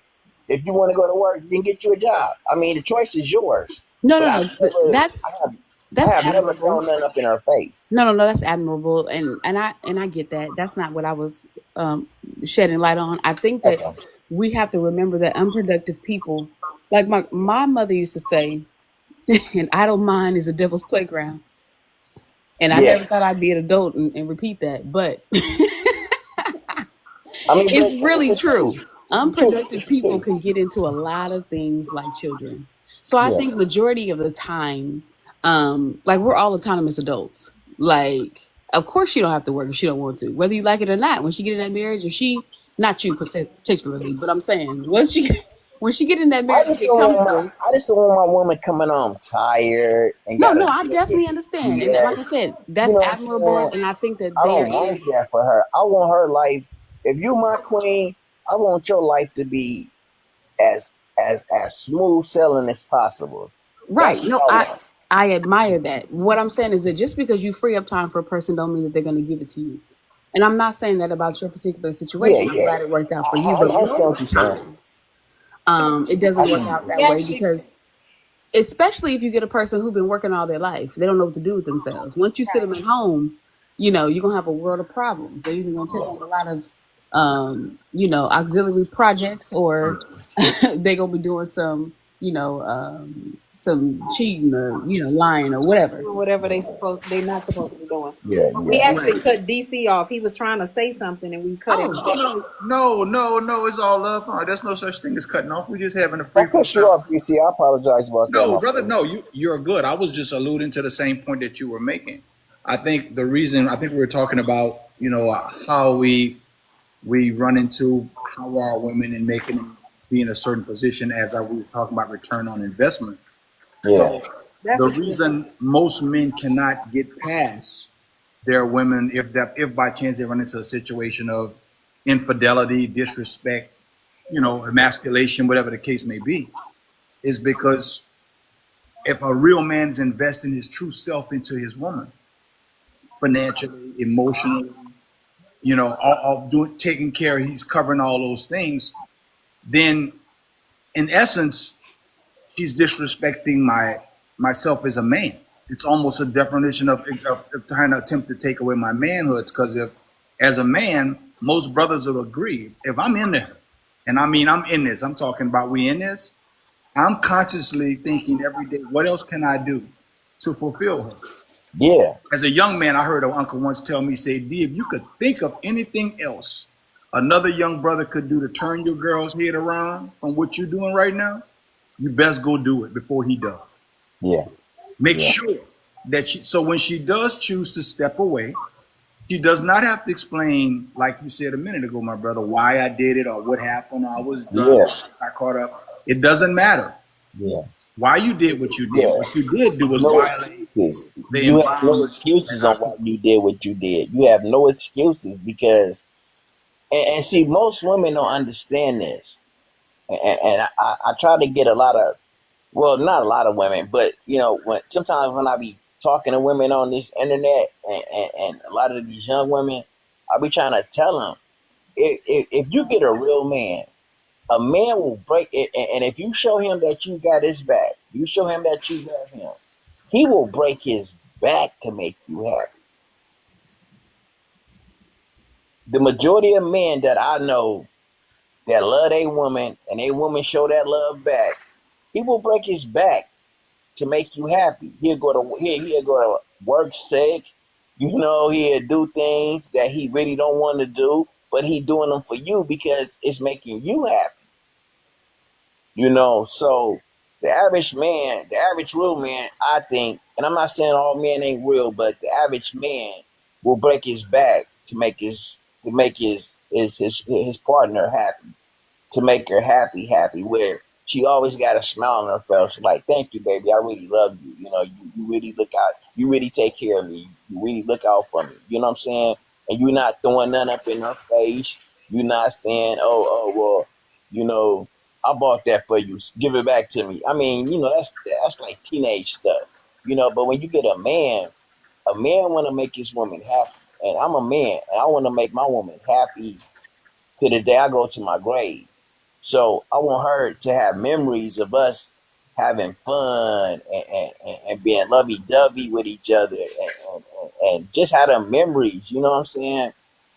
That I had a good man, you know what I'm saying? I had a very good man, now that he's in the grave or whatever the situation might be, but I had a good man, you know what I'm saying? Put it like this. If a woman walk away from me, I want her I w- the next man gonna have some hard shoes to fill. Put it that way.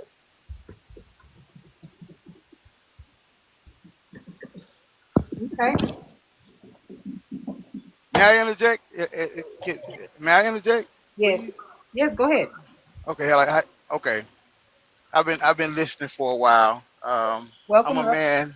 I'm a man that's been married for 27 years now. Hmm. Um, and my wife did cheat on me.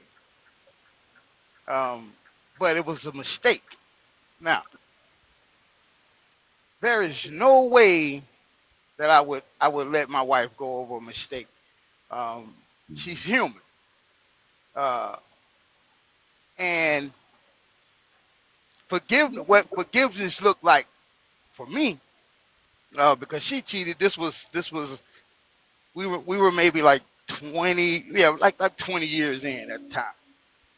Um, and what forgiveness looked like to me is I could see how it destroyed her, that she almost literally destroyed her marriage. Because in our marriage, she holds herself in pretty high esteem, because we got kids. You know, our kids look at her, our boys look at her. I got one daughter. So she holds herself in pretty high esteem. But she had a weak moment. Now, when we talked about it, we talked about it, and I ain't want to go into detail, but we talked about why it happened. And my question to her was, was it a mistake or was it a decision? Because I can forgive a mistake, but if it was a decision, then go ahead on and stick with your decision that you made. But when she explained it, you know, because at the point when God gave me so many different signs, so many different signs, and I even told her, you know what I'm saying, like, buddy, you about to make a mistake now. I literally told her this before it happened. You about to make a mistake. And um, when she made the mistake, we came to the understanding that it was a mistake. I saw this. You know what I'm saying? Because I'm out there. My wife wasn't out there. You know what I mean? Like, I'm like you, young man. Like, when we got married, I didn't give her the option. But we took.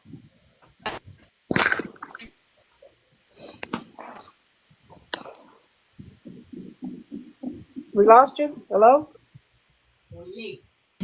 Still do it right to this day. I don't have a problem with bringing home my whole check, because I know when I come home, I flip the light switch, all the lights coming on. I go in the refrigerator, I got food to eat. She's taking care of me, but she made a mistake, and I don't want to. I don't want to condemn her, because I already know, because my woman is a woman of God. You know what I'm saying?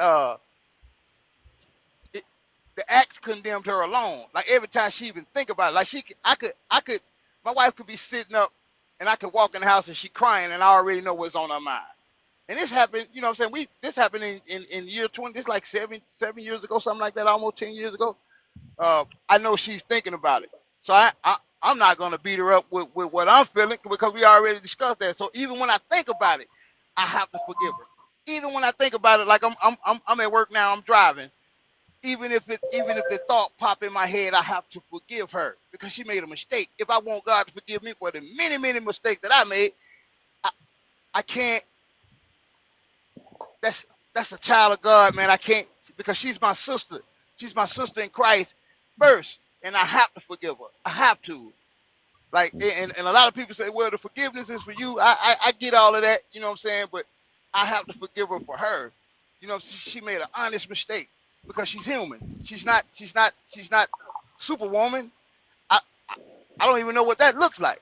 You know what I'm Can saying? I She's a woman that can I that ask that, you a that question? overcame Can I ask you a adversity. question, my brother? Can I Absolutely. ask you? Can I ask you a question right quick? Absolutely.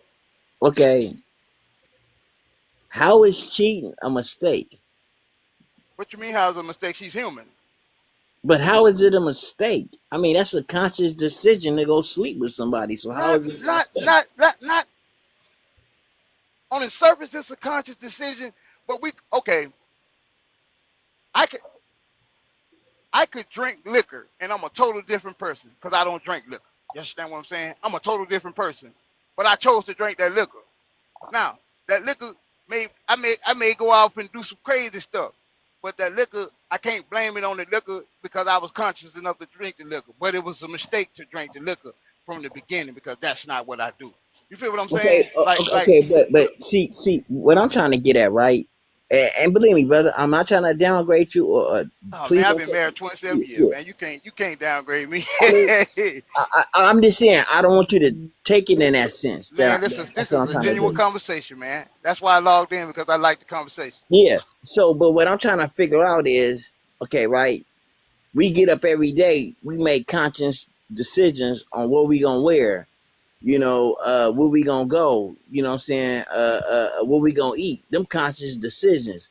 How do you make a conscious decision to sleep with somebody else knowing you got a husband at home? I don't that I Okay, don't so let me understand let that me part. let me let me let me let me let me so made a conscious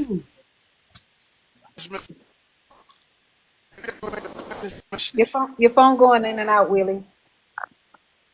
Oh, I'm sorry. Can y'all hear me now? Yes. Is Yeah. that better?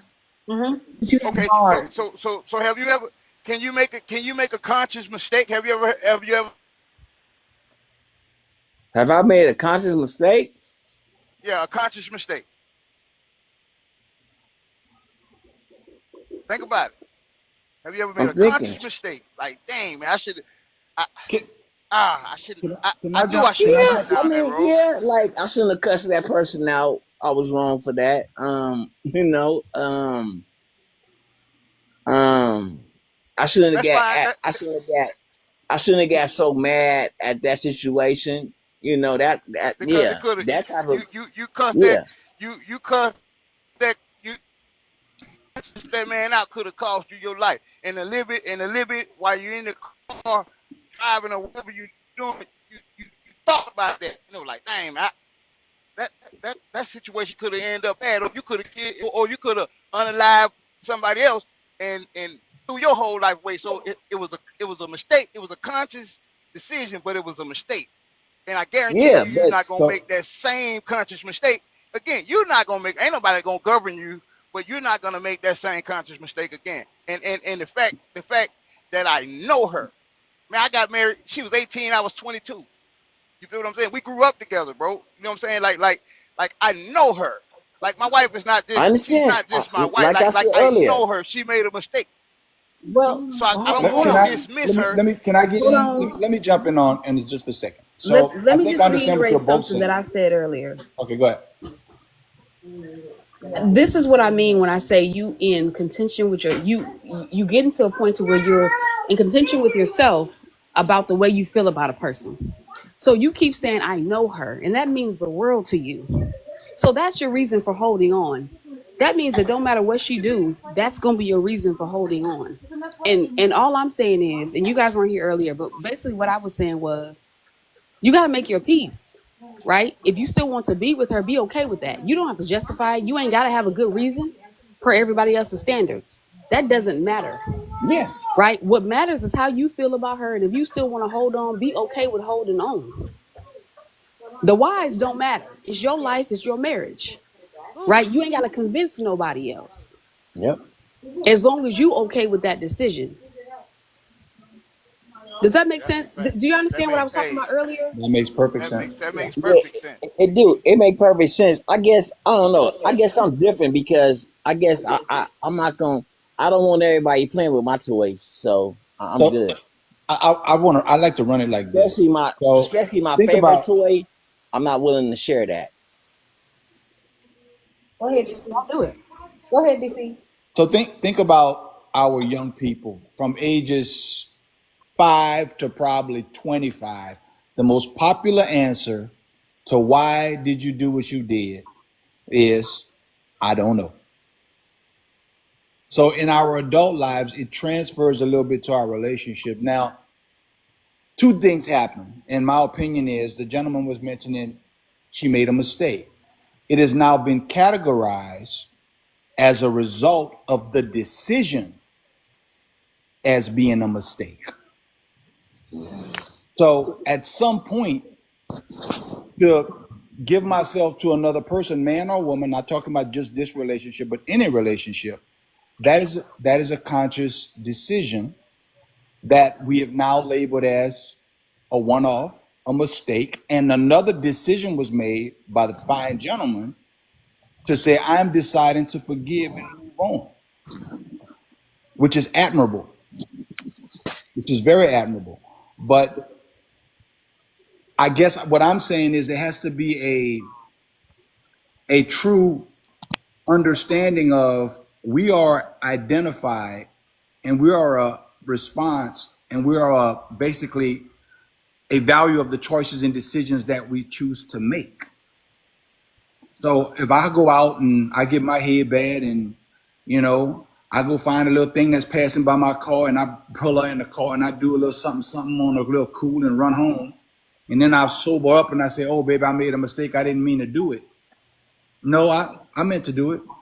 I might have had my head a little bad, but guess what? Somewhere in the midst of that, I knew what I was doing. There you go, brother. And I chose There to you touch go. her. I chose to do this. And if she chooses to forgive me and say, well, baby, you made a mistake, then that's also a decision. Okay, so let me ask you this question right here. You made the decision to, okay, so you made the conscious decisions to touch her, right? Yes, sir. Now, subconsciously, is that a mistake? Because you're married. That is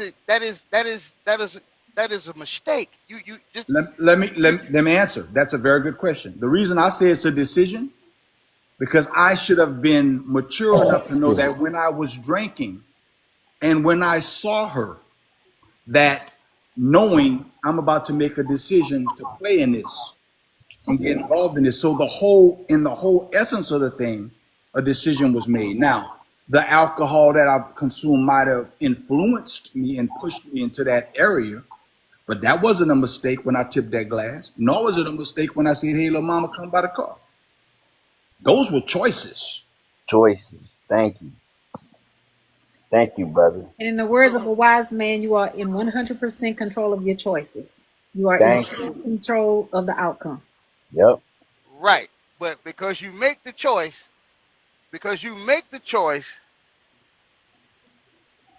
so you made a choice to make that mistake. That's the because when I say conscious Absolutely. mistake, like Absolutely. that's about the that's the most simplified way I could put it. You made a You made a choice to make conscious that mistake. decision. You made a conscious decision to say, okay, Look, I'm not thinking about hubby at home. I'm thinking about this dude in front of me. He look good. I want that tonight. it's And like that's a it's conscious like decision. Denzel Washington said, you hang around the barbershop long enough, you're guaranteed to end up getting a haircut. You you know what I'm saying? And like I said, a lot of men are better than me. Me personally, when you make a conscious decision to cheat on me, that's a conscious decision. When no gun put to your head, when then nobody force you to do it, or nothing like that. You lay down and you put off your clothes on your own. You allow this man to climb on top of you.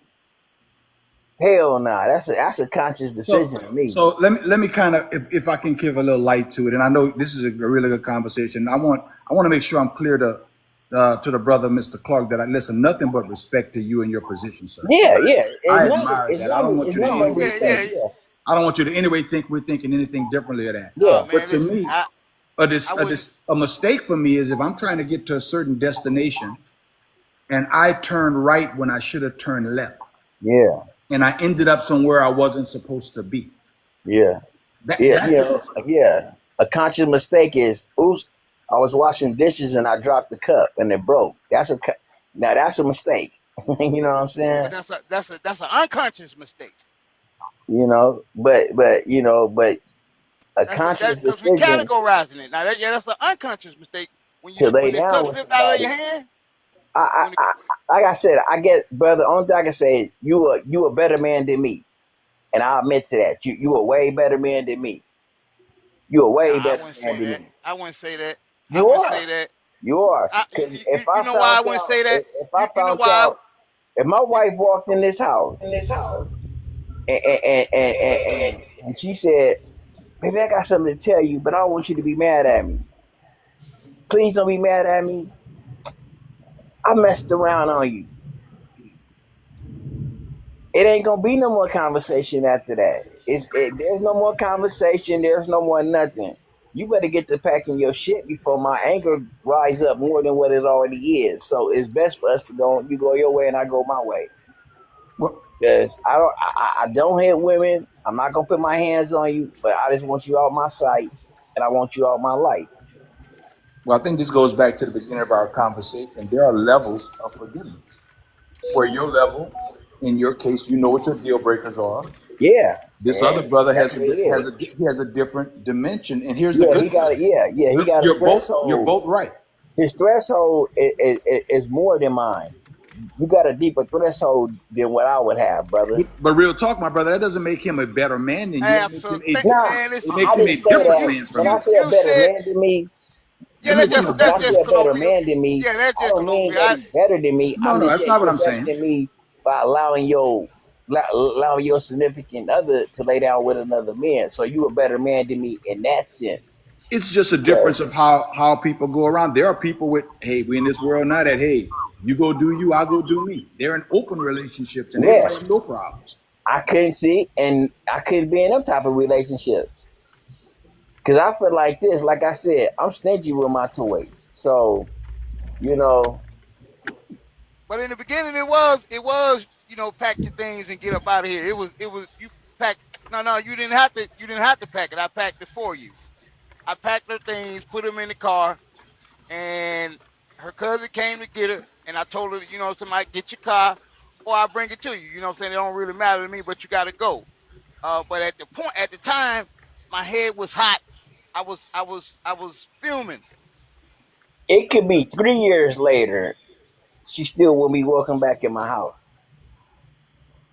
Okay, can I ask you something? Yeah. Can I ask you brothers something? Yes, sir.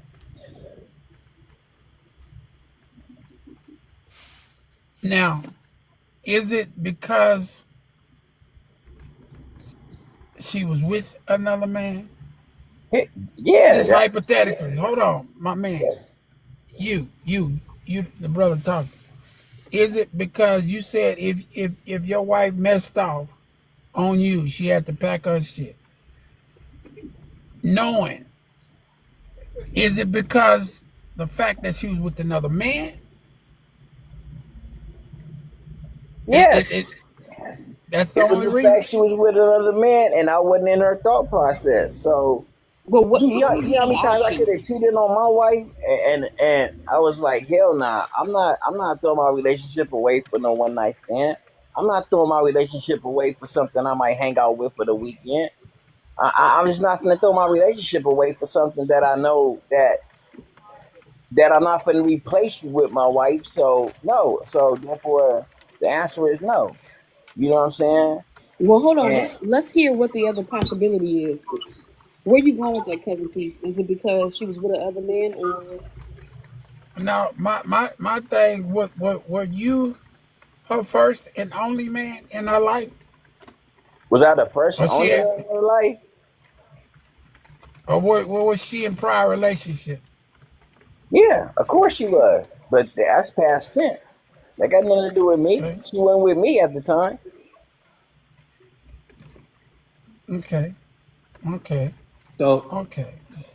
I'd say this in So relationships. I'm sorry, go ahead. so it in reality, it's not about sex. It can't be. No man or woman pinpoint a relationship on sex. Sex is not a relationship. Number one. Nah. Yeah, you right about that. So that being said, I what I'm saying to you, nephew, listen. It's not any man equate a relationship or woman on sex is lost anyway. That's Period. true. That's true. All right. That's true. Now Yes.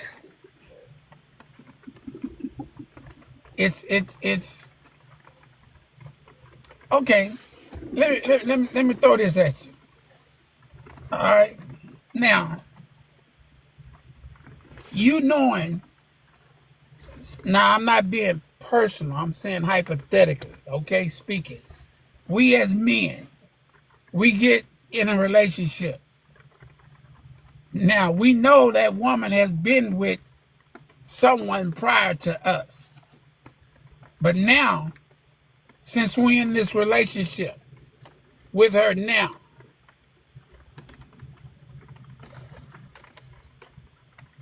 a real man, the maturity, knows that it's not about sex below the waist. It has nothing to do with that relationship. All right? A man and woman, reality. Okay. But you can forgive her for her prior. But Cause if I'm she made a simple mistake, hold on. If she made a mistake, because, brother, I'm sure you have too. But here's the thing: it's the maturity. Like little daddy said, the truck driver. It's the maturity, man. That's a very mature brother. I admire that wholeheartedly, because no relationship is based on ass. None. okay. If you there, you lost. Okay. I mean, Okay. if that's how some brothers Here, think, that's how some brother thinks. But when you with me and you've been with me for a long period of time, and I have shown you nothing but love, and I have gave you everything you pretty much asked me for, and I go all my way for us, our children, and everything else. I mean, when you get up in the morning, can't you take a hot shower? Yeah. When you come home in the afternoon, you flip that light switch. Is it on? Yeah. When you open that refrigerator door, is there food in there? Yeah. Is your car note paid or is your car paid off? Is your car insurance paid? Yeah. So therefore, you just broke something. To me, you just broke something that cannot be, I'm sorry, it cannot be amended, it cannot be none of that for me because you swore yourself to me in the eyes of God, and now you broke that. So if you can't keep your word to the Almighty, who am I? Who am I? Let me just say this, and I'm not. I don't like you said. You are free to do with your relationship what you want. I'm not judging you either way. But I think what they're trying to convey is this, and I'm gonna break it down a little bit further. So if this person is your wife, that means that you depend on her for certain things, right? It means that you have possibly have children or grandchildren together on family events, right? You like the way she makes her macaroni on Thanksgiving. You share health insurance, right? She's the beneficiary on all your paperwork, right? She make meatloaf on Tuesdays, every Tuesday like you wanted to, right? You got date night once a month. Y'all go to your favorite restaurant, right? You have a trip planned to Jamaica in 6 months that's already paid for. You can't get your money back, okay? You co-sign for her vehicle, or she's on yours, right?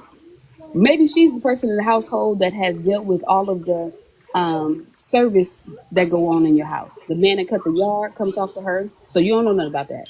Nah, I cut Um, my own yard. well, just an example. Like I Okay. don't know that anything else I said was true, but these are just examples of things that people will share when they're in an active, healthy relationship, right? Because when you get married, you share some things.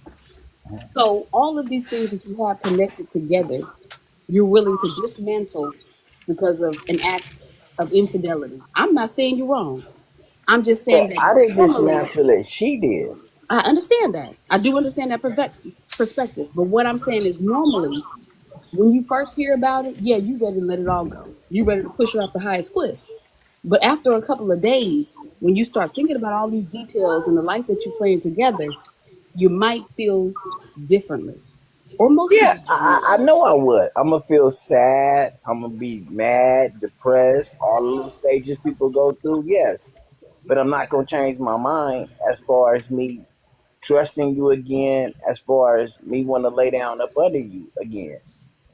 It just not. I'm just not gonna change my mind on that. I'm not. And you don't have to. But I think that for the per the conversation's sake, right? Not your personal situation. I think that people realize that somewhere in the midnight hour, right, or 3 days later, when that person is gone to work, and you have to start thinking about how to divide these things that you have shared for X amount of years, and you realize that it may not be worth it, and it may be something that you might need to work through. But I get it. If your mind is made up, your mind is made up. I don't have a problem with that at all. Okay. I think there's a distinguishable difference between what I call can't and won't. So there's some situations when you get into these situations, you ask yourself if it's specifically about a matter of forgiveness. First of all, can I forgive it? Is it forgivable? Now, we're talking about God and marriage and all the commitments that are involved in that. God was the first one talked about us about forgiving. He was the one who established forgiveness to begin with. So if he's able to forgive us on everything that we've No, done, no, no. But he you is see, literally you people. skipping over, but you skipping over a lot of verses No, no, I'm not. because it I'm not skipping says, over it. I'm with you. I'm with you on the fidelity part, right? yeah, What you're because it saying. said if you accuse your wife of infidelity, you bring her to the judges, and then if she found Brother, I'm if she not. found Listen, guilty on that, then I'm you not. Listen to me. I'm not in any way overlapping what you're saying. I'm agreeing with what you're saying. And hear me out. okay, Hear me okay, out. So right. So there are some things that you can or can't forgive, but there's other things that you will or won't. Fidelity could be one of those won't forgives, right? Now we all have our own set of standards. yeah, I heard some person say that I call them the three A's that will end any or deal breakers, and they are addiction, adultery, and abuse. Those are deal breakers because they will kill your relationship. Addiction will kill it, abuse will kill it, adultery will kill it. So it may be beneficial if one of those things are taking place to ask yourself the way of it. That does not mean if one of those things happen, it can't be forgiven because forgiveness is just like love. It's a choice. I choose to forgive you. I choose Well, to move forward with you. here's the thing, man. You say you're God fearing man. You say you believe in the death, burial, and resurrection. And like my man, I'm piggybacking on what he's saying. If Jesus forgive you, well, why couldn't you forgive that woman? What makes you any better the way you couldn't forgive that woman? it's not that. See, but y'all skipping over a whole verse. It No, says it. forget the It verse. says What it. I'm Hold on. saying, Let me finish go this. ahead, go ahead, It go ahead, says go it. ahead, go ahead. It says it in the good book. If your wife commit infidelity on you, you have the right to leave that lady alone and get remarried. You have the right to do them things. Hey, But that's it ain't word, no brother. different. That's word. That's scripture. That's Read word. it. That's scripture. But he You're That's also, right. You scripture. 100% correct. You 100% correct. Now, and the same rule apply when Shorty walking across the street, nigga, you come out that store and you say, damn, let mama on point. All right. But but one That thing ain't I that don't that do, ain't that ain't scripture. but That see, ain't scripture. but one thing, I fucking the shit out of little mama. That ain't no, scripture. no, that is scripture. Okay. If you look at a woman with lustful eyes, it's like you already had sex with her. You And guilty you of it. never have, right? brother, Yeah. those are all accurate scripture. But also, if we're gonna go Bible, the adulteress was brought before Jesus by all the scholars and said, Jesus, this lady was caught in the very act of adultery. Jesus wrote on the ground. Those of us without Listen to him. Listen what cast he the first say. stone. Listen to him. Yeah, I hear. I hear. And what he say? What did he say in the end? He said, Keep I don't talking. see your accusers, therefore I don't accuse you. Yeah. So we're not saying no, there's no right or wrong in Said that. I don't forgive you. Now go no more and sin no more. Mhm. Now, he said if any of y'all better than little mama, cast the first stone. Yeah. Okay. Well, I should be able to cast the first stone because I didn't cheat. So I This should is be able to pick man. up a boulder and aim it at her head and throw it at her because I went to one cheat. So that's all I'm saying. You know, All I'm saying to you, fam, I just, I just say this it's to you, brother. you Huh? have to be more mature. You have to be more mature about the situation I am mature about because the situation, bro. I laid it hold down. on, Look, let me say this. Let me say this. I don't know how people do their relationships, right? Before I I get can't into a hear him. relationship, and I know that I want this relationship to be long term, I lay rules down in this relationship. I'm not gonna forgive you if you cheat on me. I'm not gonna forgive you if you do this. I'm not gonna forgive you if you do that. So if you break these, then that means what I told you in the beginning before we got together, it pretty much went in one out the other, and now you saying F you. I did it anyway, so what? And that's the way I look at it.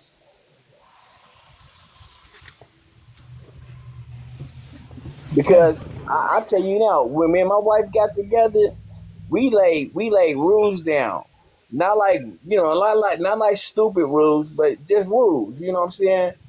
It ain't gonna be no cheating. It ain't gonna be me having this girl that yeah, that's my best friend.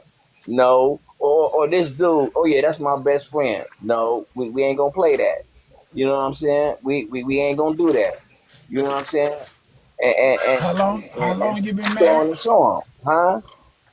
How long have you been married? I've been married 25 years. In December be 26. Okay. Well, I've been married a long time.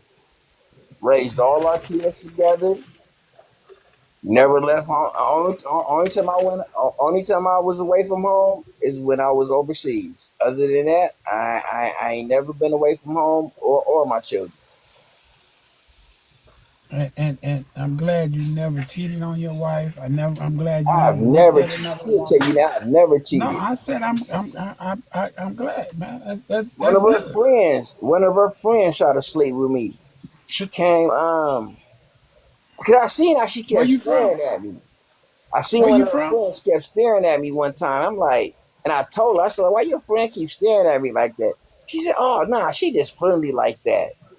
And sure enough, I already knew what it was. Sure enough, maybe about 2 weeks later, she knew my wife wasn't gonna get back to about 6 o'clock that afternoon. She came to my house about 2:30 and had the nerves if she can sit in my house and wait for my wife to come home. Is you stupid? Where you from, my man? I'm from California. Okay. Okay. Cool. Nah, I Cool. just I just couldn't play it, brother. I don't know. Like I said, I'm a very forgiving person. Arguments, all the other stuff. I'm always the one that's coming to say, even when she started it, I'm always the one that's coming to apologize first. Like, baby, whatever I did wrong, I'm sorry for it. I don't even know what I did, but I am truly sorry for it. Let's not argue no more, please. So I'm a very So forgiving person. you don't find out what the culprit was, so it will never happen again. Yeah, that's interesting to be sorry I for don't something that be. That's the I happened. don't. whole Half thing. of the times, I don't even be knowing what it's over, and half of the time, she don't even be knowing what it's over. She just mad at me for some reason. You'll get. She be So mad. y'all don't find My wife got a problem with this, right? Here go my wife. She got a problem with our youngest child because he's so hard headed and he don't listen is to she her. black or white? She black. Okay. So and my youngest boy don't listen to her. So she always be like, when your daddy get home, I'm gonna tell your daddy, I'm gonna tell your daddy, I'm gonna tell your daddy. And I keep saying, why don't you put your foot down instead of acting away from me? Put your foot down. He don't own nothing in this house. He don't own that video game. He don't own that telephone. He don't own nothing in this house. Take that crap from him. But she be like, nah, I don't want to be mean to him. I don't want to be mean to him. So you get what you get then. You allowing the disrespect to happen because they don't do it to me because they know a foot is coming up your rear end. You know what I mean? So I think she was mad. She was mad at my youngest. She was really pissed off at him. But she took it out on me like I was the one who started the problem. And I didn't even know what was going on at the time. But I still went in the room. I cooled down some because we argued. So I went in the room, calmed down some, got my thoughts together, and I went out there and I apologized to her. So, baby, whatever had happened, I apologize for whatever role I played into it. I am truly sorry, sweetheart. What? How would you like for me to punish this boy? You know what I'm saying? And that's the way I am. Like if me and you was best friends and we had an argument, I guarantee you I would call you first before you call me. I guarantee you I'll call you first and be like, bruh, we arguing over stupid stuff. Man, let's let that go, bro. We've been knowing each other way too long to be arguing over something so stupid. Okay, let me ask a question because I mean we all adults now, and I remember when we were younger, when your mama told you to say sorry, you had to say what you were saying sorry for. Yeah. Maybe I'm just weird, but I still believe in that. Like, don't come to me with no empty sorries. You act like you don't know what you're sorry for. Like, I still don't like that to this day. Are we But still see, requiring that of people? no, it's not requiring of it. I just did when the argument first had happened, I didn't know why she was mad at me. And then later on I learned she was mad at our youngest son. And so her anger was she was so mad, her anger was it was aimed at him, but she took it out on me. So I just apologized for it, you know what I'm saying? Because maybe I wasn't hard enough on them. Maybe when you first called me and I was working, I couldn't answer my telephone right then and there. So I'm apologizing for things that what I'm saying might have been out of my control. But to make her happy, I want her to know that I hear you, I feel your pain, I feel that you mad. So let me apologize for it, and then I go get on my son butt, and then I make him go apologize to his mama. Okay, now I understand that, but it sounds like y'all just doing a whole lot of apologizing. I don't hear any real problem solving. Is this issue with your son something that you could help her with? Because sometimes women need help communicating with their sons, You not know, help from the father. honestly, no, because, and I say this, and I say this truthfully, and I'm not playing. I say this truthfully, it's all outdoors. If you knew me and you knew our friends, they would tell you the same thing. She allowed that boy to do what he want to do and how he want to do it, and then she would still buy him something after he was bad. Like the other day, my son got in trouble. So I took the video game, I took everything out of this room. I said, you on punishment. But what did his mama do? His mama waited till I went to sleep, snuck him out the house, and took him to this little amusement park that we got out here in Vallejo. And I was mad because I was like, why would you take him out the house after I told you and him he on punishment? Like, why would you do that? You know what I'm saying? It's like you condoning that bad behavior. And it's like my wife don't get that. You know what I'm saying? You condoning that bad behavior. You knew that he was bad. You knew he did something bad, so why reward him? Yeah, I'm gonna be honest with you. How many kids do you have? I have four, but my daughter, I my daughter passed away, so I'm sorry to hear that. now I got three. Well, I Sorry. still got four because uh my daughter my daughter had a baby, so I take care of my grandbaby too. So I still Uh, got four. But you didn't intervene, like you just let that happen and went on about your business. Cause What you mean intervene? Like when you found out that happened, you didn't have a conversation with your Oh wife. yeah, You yeah. When she got back, oh yeah, oh yeah. It was a lot of screaming and arguing. It was a lot of that. Yes. Oh But wait a yes. minute, wait, slow down. What's the screaming about? Because one, you shouldn't have took him out the house. So First you and were screaming foremost, at her. I know, I know. Not let me not say screaming. It was a conversation where I was mad because I told you not to take this boy out the house. You know what he just did. You know he just got in trouble for it. Why would you reward him for bad behavior? No, I agree with you. You're justified in being mad, and You know what I'm saying? So I was mad at that. You know what I'm I'm not saying? judging you for So I screaming. I'm told just her that, and I told her, I said, if you keep doing this, quit asking me to discipline them for you. Because if you gonna go behind my back and still do things for them after I put them on punishment, instead of you saying nope, I can't do it. Your daddy said you're on punishment. I'm not. Nope, you can't. Nope, I'm not doing it. so But Anwar, I'm just gonna be do it honest with anyway, you. huh? What you are describing is a lifetime of turmoil and ultimately damaging to your family and the well-being of your children. How? If your child do something bad and you put them and your husband put them on punishment No, no, no. and you Follow sneak me. the Hold child on, out hold of on, the hold on. house while you Anwar, sleep. Anwar, you are so busy defending yourself, Okay, and I so am not persecuting you. I didn't say you was, but But understand but if you but don't, listen to me clearly. how is it turmoil? It's turmoil because you are going back and forth with your wife, and she's undermining your authority and going behind your back and rewarding yourself for bad behavior, which is not good for his social development, right? That's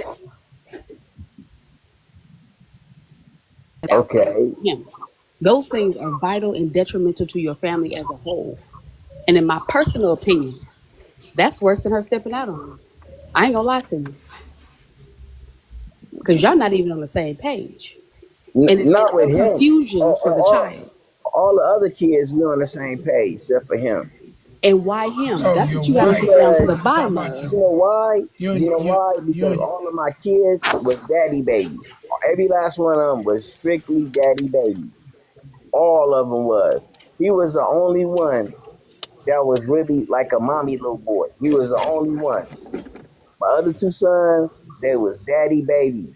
They was true blue daddy babies they was from the time they was months old up until now. They daddy babies. My so daughter, if you tell mama not to, if you now, tell now mama, huh? you told, like you say, you told your son not to go outside or whatever. You told wife, I told him he couldn't go outside, but wife still allows him to go outside. Yeah, she'll wait till I'm not here, or she'll wait to, I can't see it, and Oh, then she'll be like, your so she daddy's do home shit at this behind your time. Come back back. in the house, Now she right? ain't let him go Okay. outside to the raggedy outside and figure out what to do. She took him to a theme park. Yeah. But Oh, but but but but, but what I'm saying is it happened more than once where I put him on punishment and then she'll say, well, his friends is going to the soccer game or his friends are going to the football game. Already said no. And she know that I own my tow truck. I own my own tow truck company. So I cannot supervise them all day long. You know what I'm saying? I have to be at my tow truck company, working Well, you need a and making partner. sure that my workers are doing their job. You need a partner. So, You need a huh? you need a partner. and see, DC, Yeah, DC. yeah. This is You part. heard, I do This need is a partner.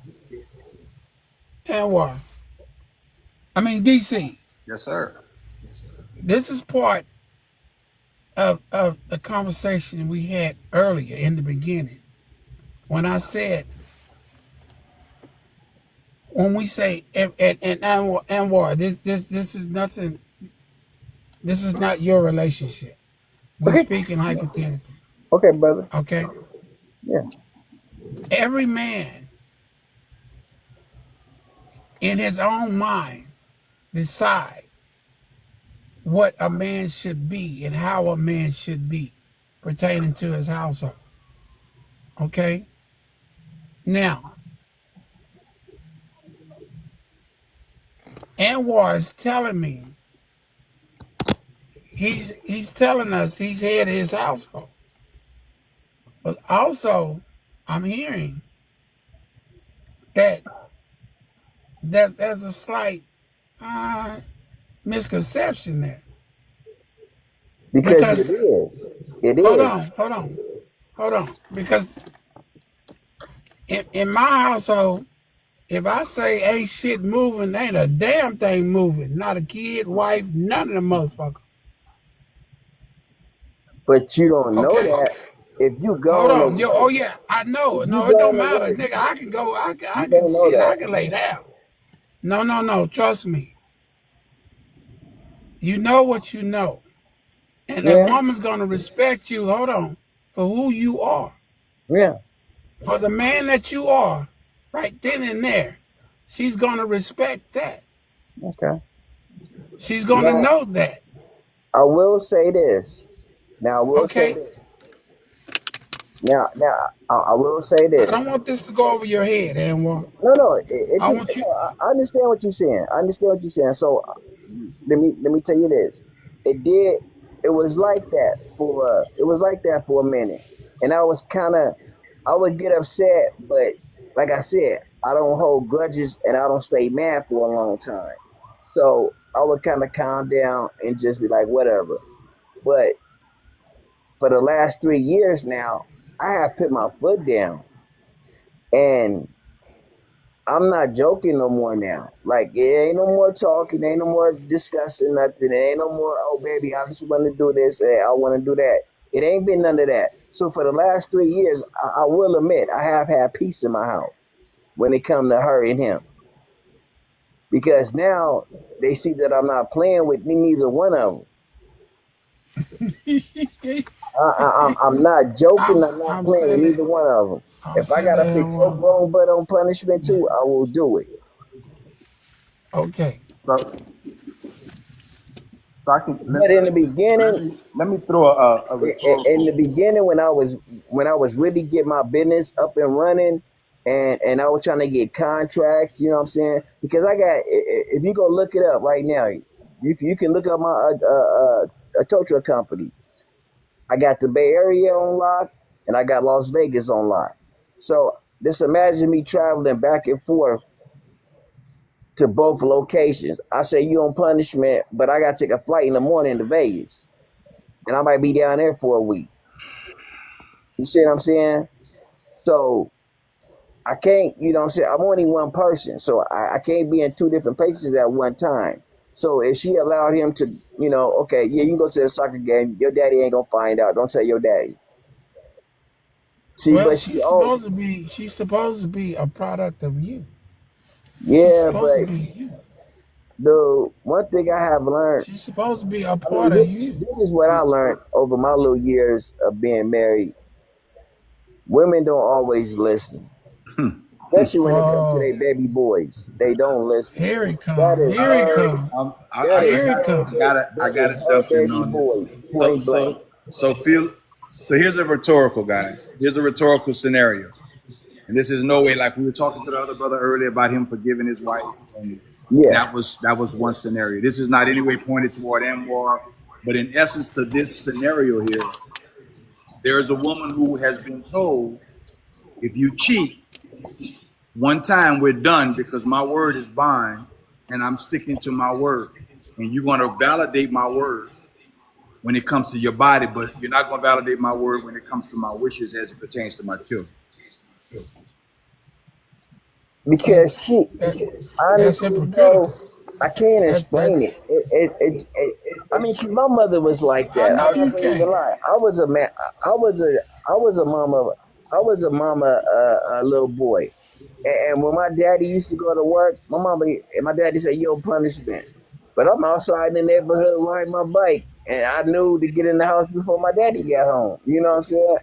I knew it, and I see that same situation going on with them two. But like I said, for the last few years, now that I truly done put my foot down and they done seen the real anger come out of me, I haven't had that And see problem. that, and DC, that's the difference. That's what I'm saying. The difference in your upbringing. Because when I told my mama said, "What'd your daddy say?" That's a wrap. Yeah. And see, that's what she do now. That's what she do now. She say, no, you gotta ask your daddy. In But his at first, because like I said, I was laxed on everything. And I admit to that. That was my fault for being so relaxed on everything and not making a big hassle out of it or making a big issue out of it. Whatever.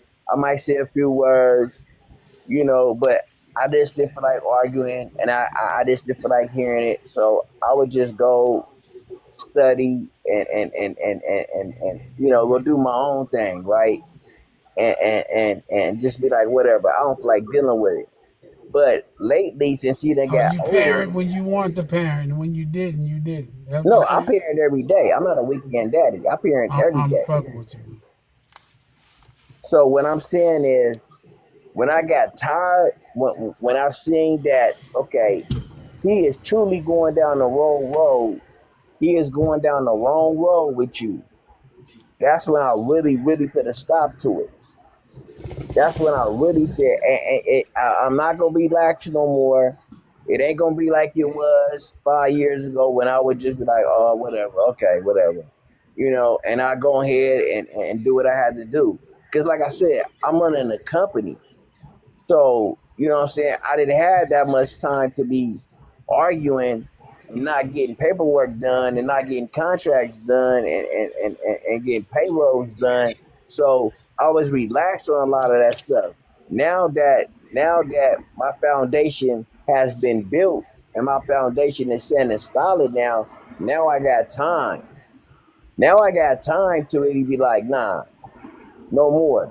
Cause you know what I'm saying? Cause it was once upon a time where I only had two trucks, and it was just me and my oldest son running the business. You know what I'm saying? Now we got we got over 16 employees now, and now my son, because he been learning from me from since day one. So now I can leave him in charge and know that things gonna be done right at work, and I can go home and check on stuff. So now I got that free time where I can come in the house and really be like, "Where's so and so at?" And really, really, really, you know what I'm saying? Start. I don't want to say acting a fool, but you know what I'm saying? Start letting it be known. This is not no. This ain't gonna continue no more. So like I said, I will give it to her. And I give full props to my wife. I give full props to my wife. Since I put my foot down, I have not had no problems or no headaches from neither one of them. so in Neither essence, one of them. so in I essence, done put my foot down at first, and I say that as a man. I will admit that as a man. I didn't put my foot down at first. I would just be like, yeah, whatever, whatever, and I would ignore it because I got so much other stuff on my mind that, man, whatever. I just don't want to deal with it right now. But now that I see my child is going down the wrong road and trying to hang out with the wrong kids, nah, that's when I said my foot, no more, enough is enough. I put my foot down now. You know what I'm saying? Because, like I said, I grew up in the hood. I grew up, you know what I'm saying, not having, I had parents, I had a good Christmas, I had a good birthday, I had a good everything.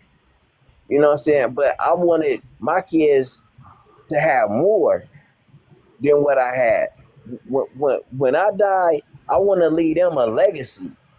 I don't want to just leave them some insurance money. I want to leave them a legacy. Generational wealth, huh? Yeah. So that was my whole focus in the beginning of building this. So everything else was like, I'm gonna say secondary in my life because I'm trying to build something not just for me, not just for my wife, but for our children. Because we don't know where we gonna go. Ain't nobody promised tomorrow. But if we build this now, you know what I'm saying, and we do pass or we do get into a, God forbid, something happened to both of us, you know what I'm saying? Now I know that my oldest son and my middle my third, not my second, because my daughter was second. My third child, they know how to run the business. They got their license. They know how to drive trucks. They know how to do the tow. They know how to do everything. You know what I'm saying? So now I can kind of back up some and really start putting my focus on where it's supposed to be at with my wife and keeping my household the way that I want my household. But in the beginning, I was hustling, man. I was truly hustling. But you gotta realize, I'm a young black man. You think I got a loan for this business? No, I didn't. I saved this money. You know what I'm saying? I was saving money. I was doing all kind of stuff to buy me a tow truck. And then, I'm in California. I had to pay $7,000 just to get my tow license. Then I had to pay another 10 grand. You know what I'm saying? Just to get the permit part to be able to tow a car across. You know what I'm saying? Across, like, say I wanted to tow a car to Sacramento. I had to get licensed for that. Now, if I stayed in my area, I wouldn't have to spend all that much money. But I wanted us to grow, so I did spend the money for us to grow in the long run. You know what I'm saying? Okay, what business are you in? What do you holler? I own a tow truck company. So you tow for dealerships? You tow for Nah, this is my business. Yeah, some dealerships call me. I just got a you have contract. flatbeds? Is that what you're saying? You have flatbeds? I got 5 beds and I got lift wheels. Okay. So So, are you but stealing these people cars at night? You doing that too? nah, the repo thing, I kind of let that go. So you was. Okay. Yeah, in the beginning I was, but till one day I ran up on this pregnant lady, and this what made me quit. I ran up on a pregnant mama. She was pregnant. You could see she was pregnant all outdoors. She had 2 kids, and she was like 6 months behind on her note. And I would have felt. I mean, my conscience alone wouldn't have let me And take you that woman's realize you car from stealing her, these people's cars, right? huh? You realize you was stealing these people's cars, right? If the bank called me and say this person owes 6 months money I don't on care the what the thing, bank. You stealing. You but are stealing. how is that stealing? She don't own the car. The bank still own the car. Okay. I'm in Texas. Don't you know if a repo man pull up to any people's home, they can shoot the shit out of them? Don't you Okay, know that? well, yeah. And Because it's believe thief. me, It's stealing. and I You're not always say asking this. that man for. You're not asking for their car. Let me You're say taking this. it. Let me say this. Let me say this. They, because they made his, don't mean they stopped making them. You know what I'm saying? No, that's So not my point, man. so That's not so, my but point. it's not okay. You can call it stealing. You call it whatever you want to call it. We all know if you do not pay your car note, somebody is coming to get it. We all know that. We all know that. This lady was 6 months behind, man. But the point was, that's what made me quit. Is because when I You, seen her and I seen her kids, I said, I would be a straight, I don't like, I really don't cuss. I would be a straight jerk for towing this lady car in this parking lot this time of night and telling her to find a way home. Where she pregnant and she got 2 kids. So I dropped the car, let her have a vehicle, and a week later I told him I can't do this no more, bro. I don't want to do this no more. I don't want to tow people cars. I don't want to be a repo man no more. And I stopped doing that. well, And the good Lord blessed me because I ended up getting a contract with the Highway Patrol. And that contract was worth a lot of money. I ended up getting a contract with the Highway Patrol. And that contract was worth a lot of money. So now Well, when you got accidents, on Highway 80, 580, 880, 101, they called me to come and get them accidents. They called me or one of my workers to come and get them accidents up because we got a contract with them now. well, understanding. I'm in that business, man. I'm in the automobile industry, Okay. and So you know, brother, and if you're an I automobile say, and you listen, know if a person 6 months listen to behind me. on their car note, you know your dealership Okay, is coming no, to no, get no. that car. Listen to me. They implemented that knowing that if they can steal your car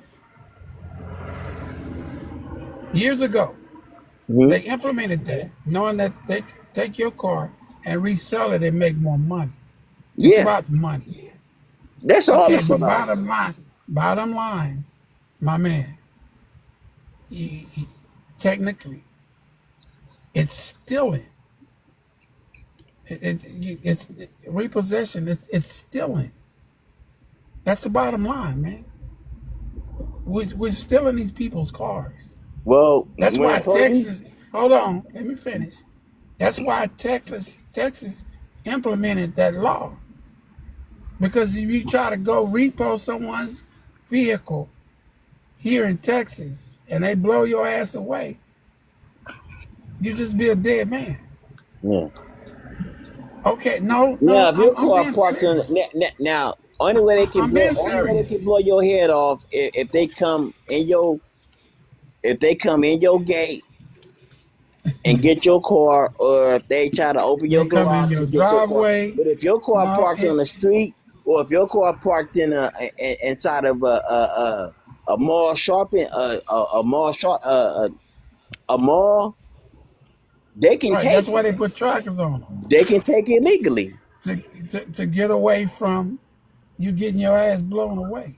Yeah, That's why they put but trackers on them and hoping you can I catch them didn't do out it. at the No, like shopping I mall. said, I didn't do it But because trouble or nothing nevertheless, like yeah, that. yeah, yeah, I yeah. did it because I had a conscience. I had a conscience, and I wasn't finna steal. I mean, I wasn't finna take that black woman car and seeing my little cousins, seeing my little black cousins, and they wasn't family. I just call them cousins. You know, seeing these little black kids out there crying to my mommy, how we gonna get home? How we gonna get home? That that did a violin on my heartstrings, and that's when I dropped the car and I quit. I wasn't doing it no more. So y'all, we got way off subject talking about Way cars. off. That's You why I know, say, yeah, you know. but Yeah. so just to bring it back in, and just so y'all know, it's past my bedtime, so we're not gonna be on here too much longer. Okay. But I want to recap on what we talked about earlier. We were talking about forgiveness. We were talking about relationships. We were talking about accountability. We were talking about people that can dish out things, narcissists, but can't take it in return. So before we close out, I want to hear, closing statements from everybody on the panel, and then when Niche come back, she'll close us out for the night. Sorry, I'm here. We just getting ready to close out in a second. So Can I say one thing before you close all the way out? Now, if I cheated and my girl went out and cheat, I couldn't, I wouldn't leave her because I was the one who did it first. You see what I'm saying? So I wouldn't probably leave her. But if I'm loyal to you and you do it to me, that is going to show me how loyal you are to me, and I always look at it that way. You know okay, what I'm saying? Now, if I was the one running around, sleeping around, I'm at the club every night, or I'm in every other girl face. You know what I'm saying? Then, and she cheated. I couldn't blame her for that. I couldn't blame her for that. I just couldn't. But being loyal, I could blame her. somebody need help somewhere. Okay. DC, you want to say something? Oh, I would just say it was an enthusiastic call. I think we jumped around a little bit, but I think the theme of the day is that we are not a product of our circumstances. We are products of our decisions. And if you look back on your life, the things that have worked well and the things that have not worked so well, it's not been a matter of circumstances, luck, coincidence. It's been a direct result of decisions that we choose to make. If that decision is about forgiveness, about love, commitment, self investment, self perception, I just think that if you're true to your decisions and your foundation, you're going to end up with those type of results. So I enjoyed all of you guys. Again, no judgment is all love, and that's why we do this. Okay. Keith?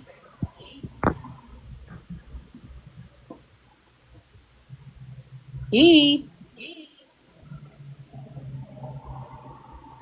Okay, look like we skipping Keith tonight. Go ahead, Niche. Oh, I want to say, well, before you say something, I do want to say that we are working on bringing the cousins back on a regular. We do have a lot of new topics that we're going to be hitting. We have a lot of new activities to do. Also, we have new sponsorship, so we'll be doing a lot of giveaways, a lot of prizes, and we hope that you all join us. Spread the word. Make sure everybody follow the people on the panel. People on the panel. Make sure you follow your people back. And Yeah. I enjoyed everybody. Keith, you back with us? You want to say something before Niche closes us out? No, I'm good. Okay. I'm Go ahead, good. Niche.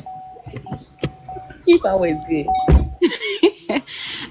Yeah, I enjoyed tonight's conversation, cousin. I'm excited about the changes. I'm excited about coming back.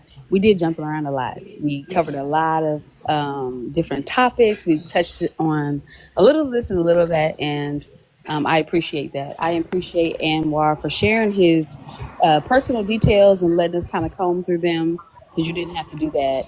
And it's no judgment on you and what you decide, but they were great examples and ones that we could discuss. So I appreciate that. It's welcome. I do hope everyone will come back. I think if I were going to leave a last thought, I think um, I would just urge everyone to focus on self. You know, figure out what you want, how you define love and commitment, and what you want from the person you love and the commitments that you're in, be it romantic or family or, you know, whatever, coworkers. I think that we are in control of all of that. And often enough, we don't realize that. We think that life is happening to us. Therefore, it yields results that we are not, you know, that are not favorable. And we tend to build boundaries around that, which I think is sometimes an injustice. So I do hope you all will come back and have other conversations with us and win prizes and spend some time with us and share ideas. Other than that, have a great night. I'm in Cali, so it's not even yet 10. But I know y'all going to bed, cousin. I know time has been far spent, but I appreciate it. All right. Well, much love to everybody. I want everybody to have a safe and wonderful night. And Me we will too. see you guys next time. Love And Peace Increase. I'm out. thank you All for right. bringing me up. Thank you, man, for bringing me up and allowing me to be a part of this panel. I really appreciate it. Thank you for being so sweet and allowing me to come up. I really appreciate that. Thank, thanks for joining us. Okay. See you guys And next time. what part of Cali you from, sis? Northern Cali, by San Oh, Francisco. okay, well you in you in the Bay Area. You where I'm at. I am. Yeah. Okay. All right. Bye bye. Okay. Bye Bye. bye. You guys have a great night, and may the Heavenly Father angels protect you guys and keep you guys blessed. Thank you. Okay. Have a Thanks. nice one. All right, y'all.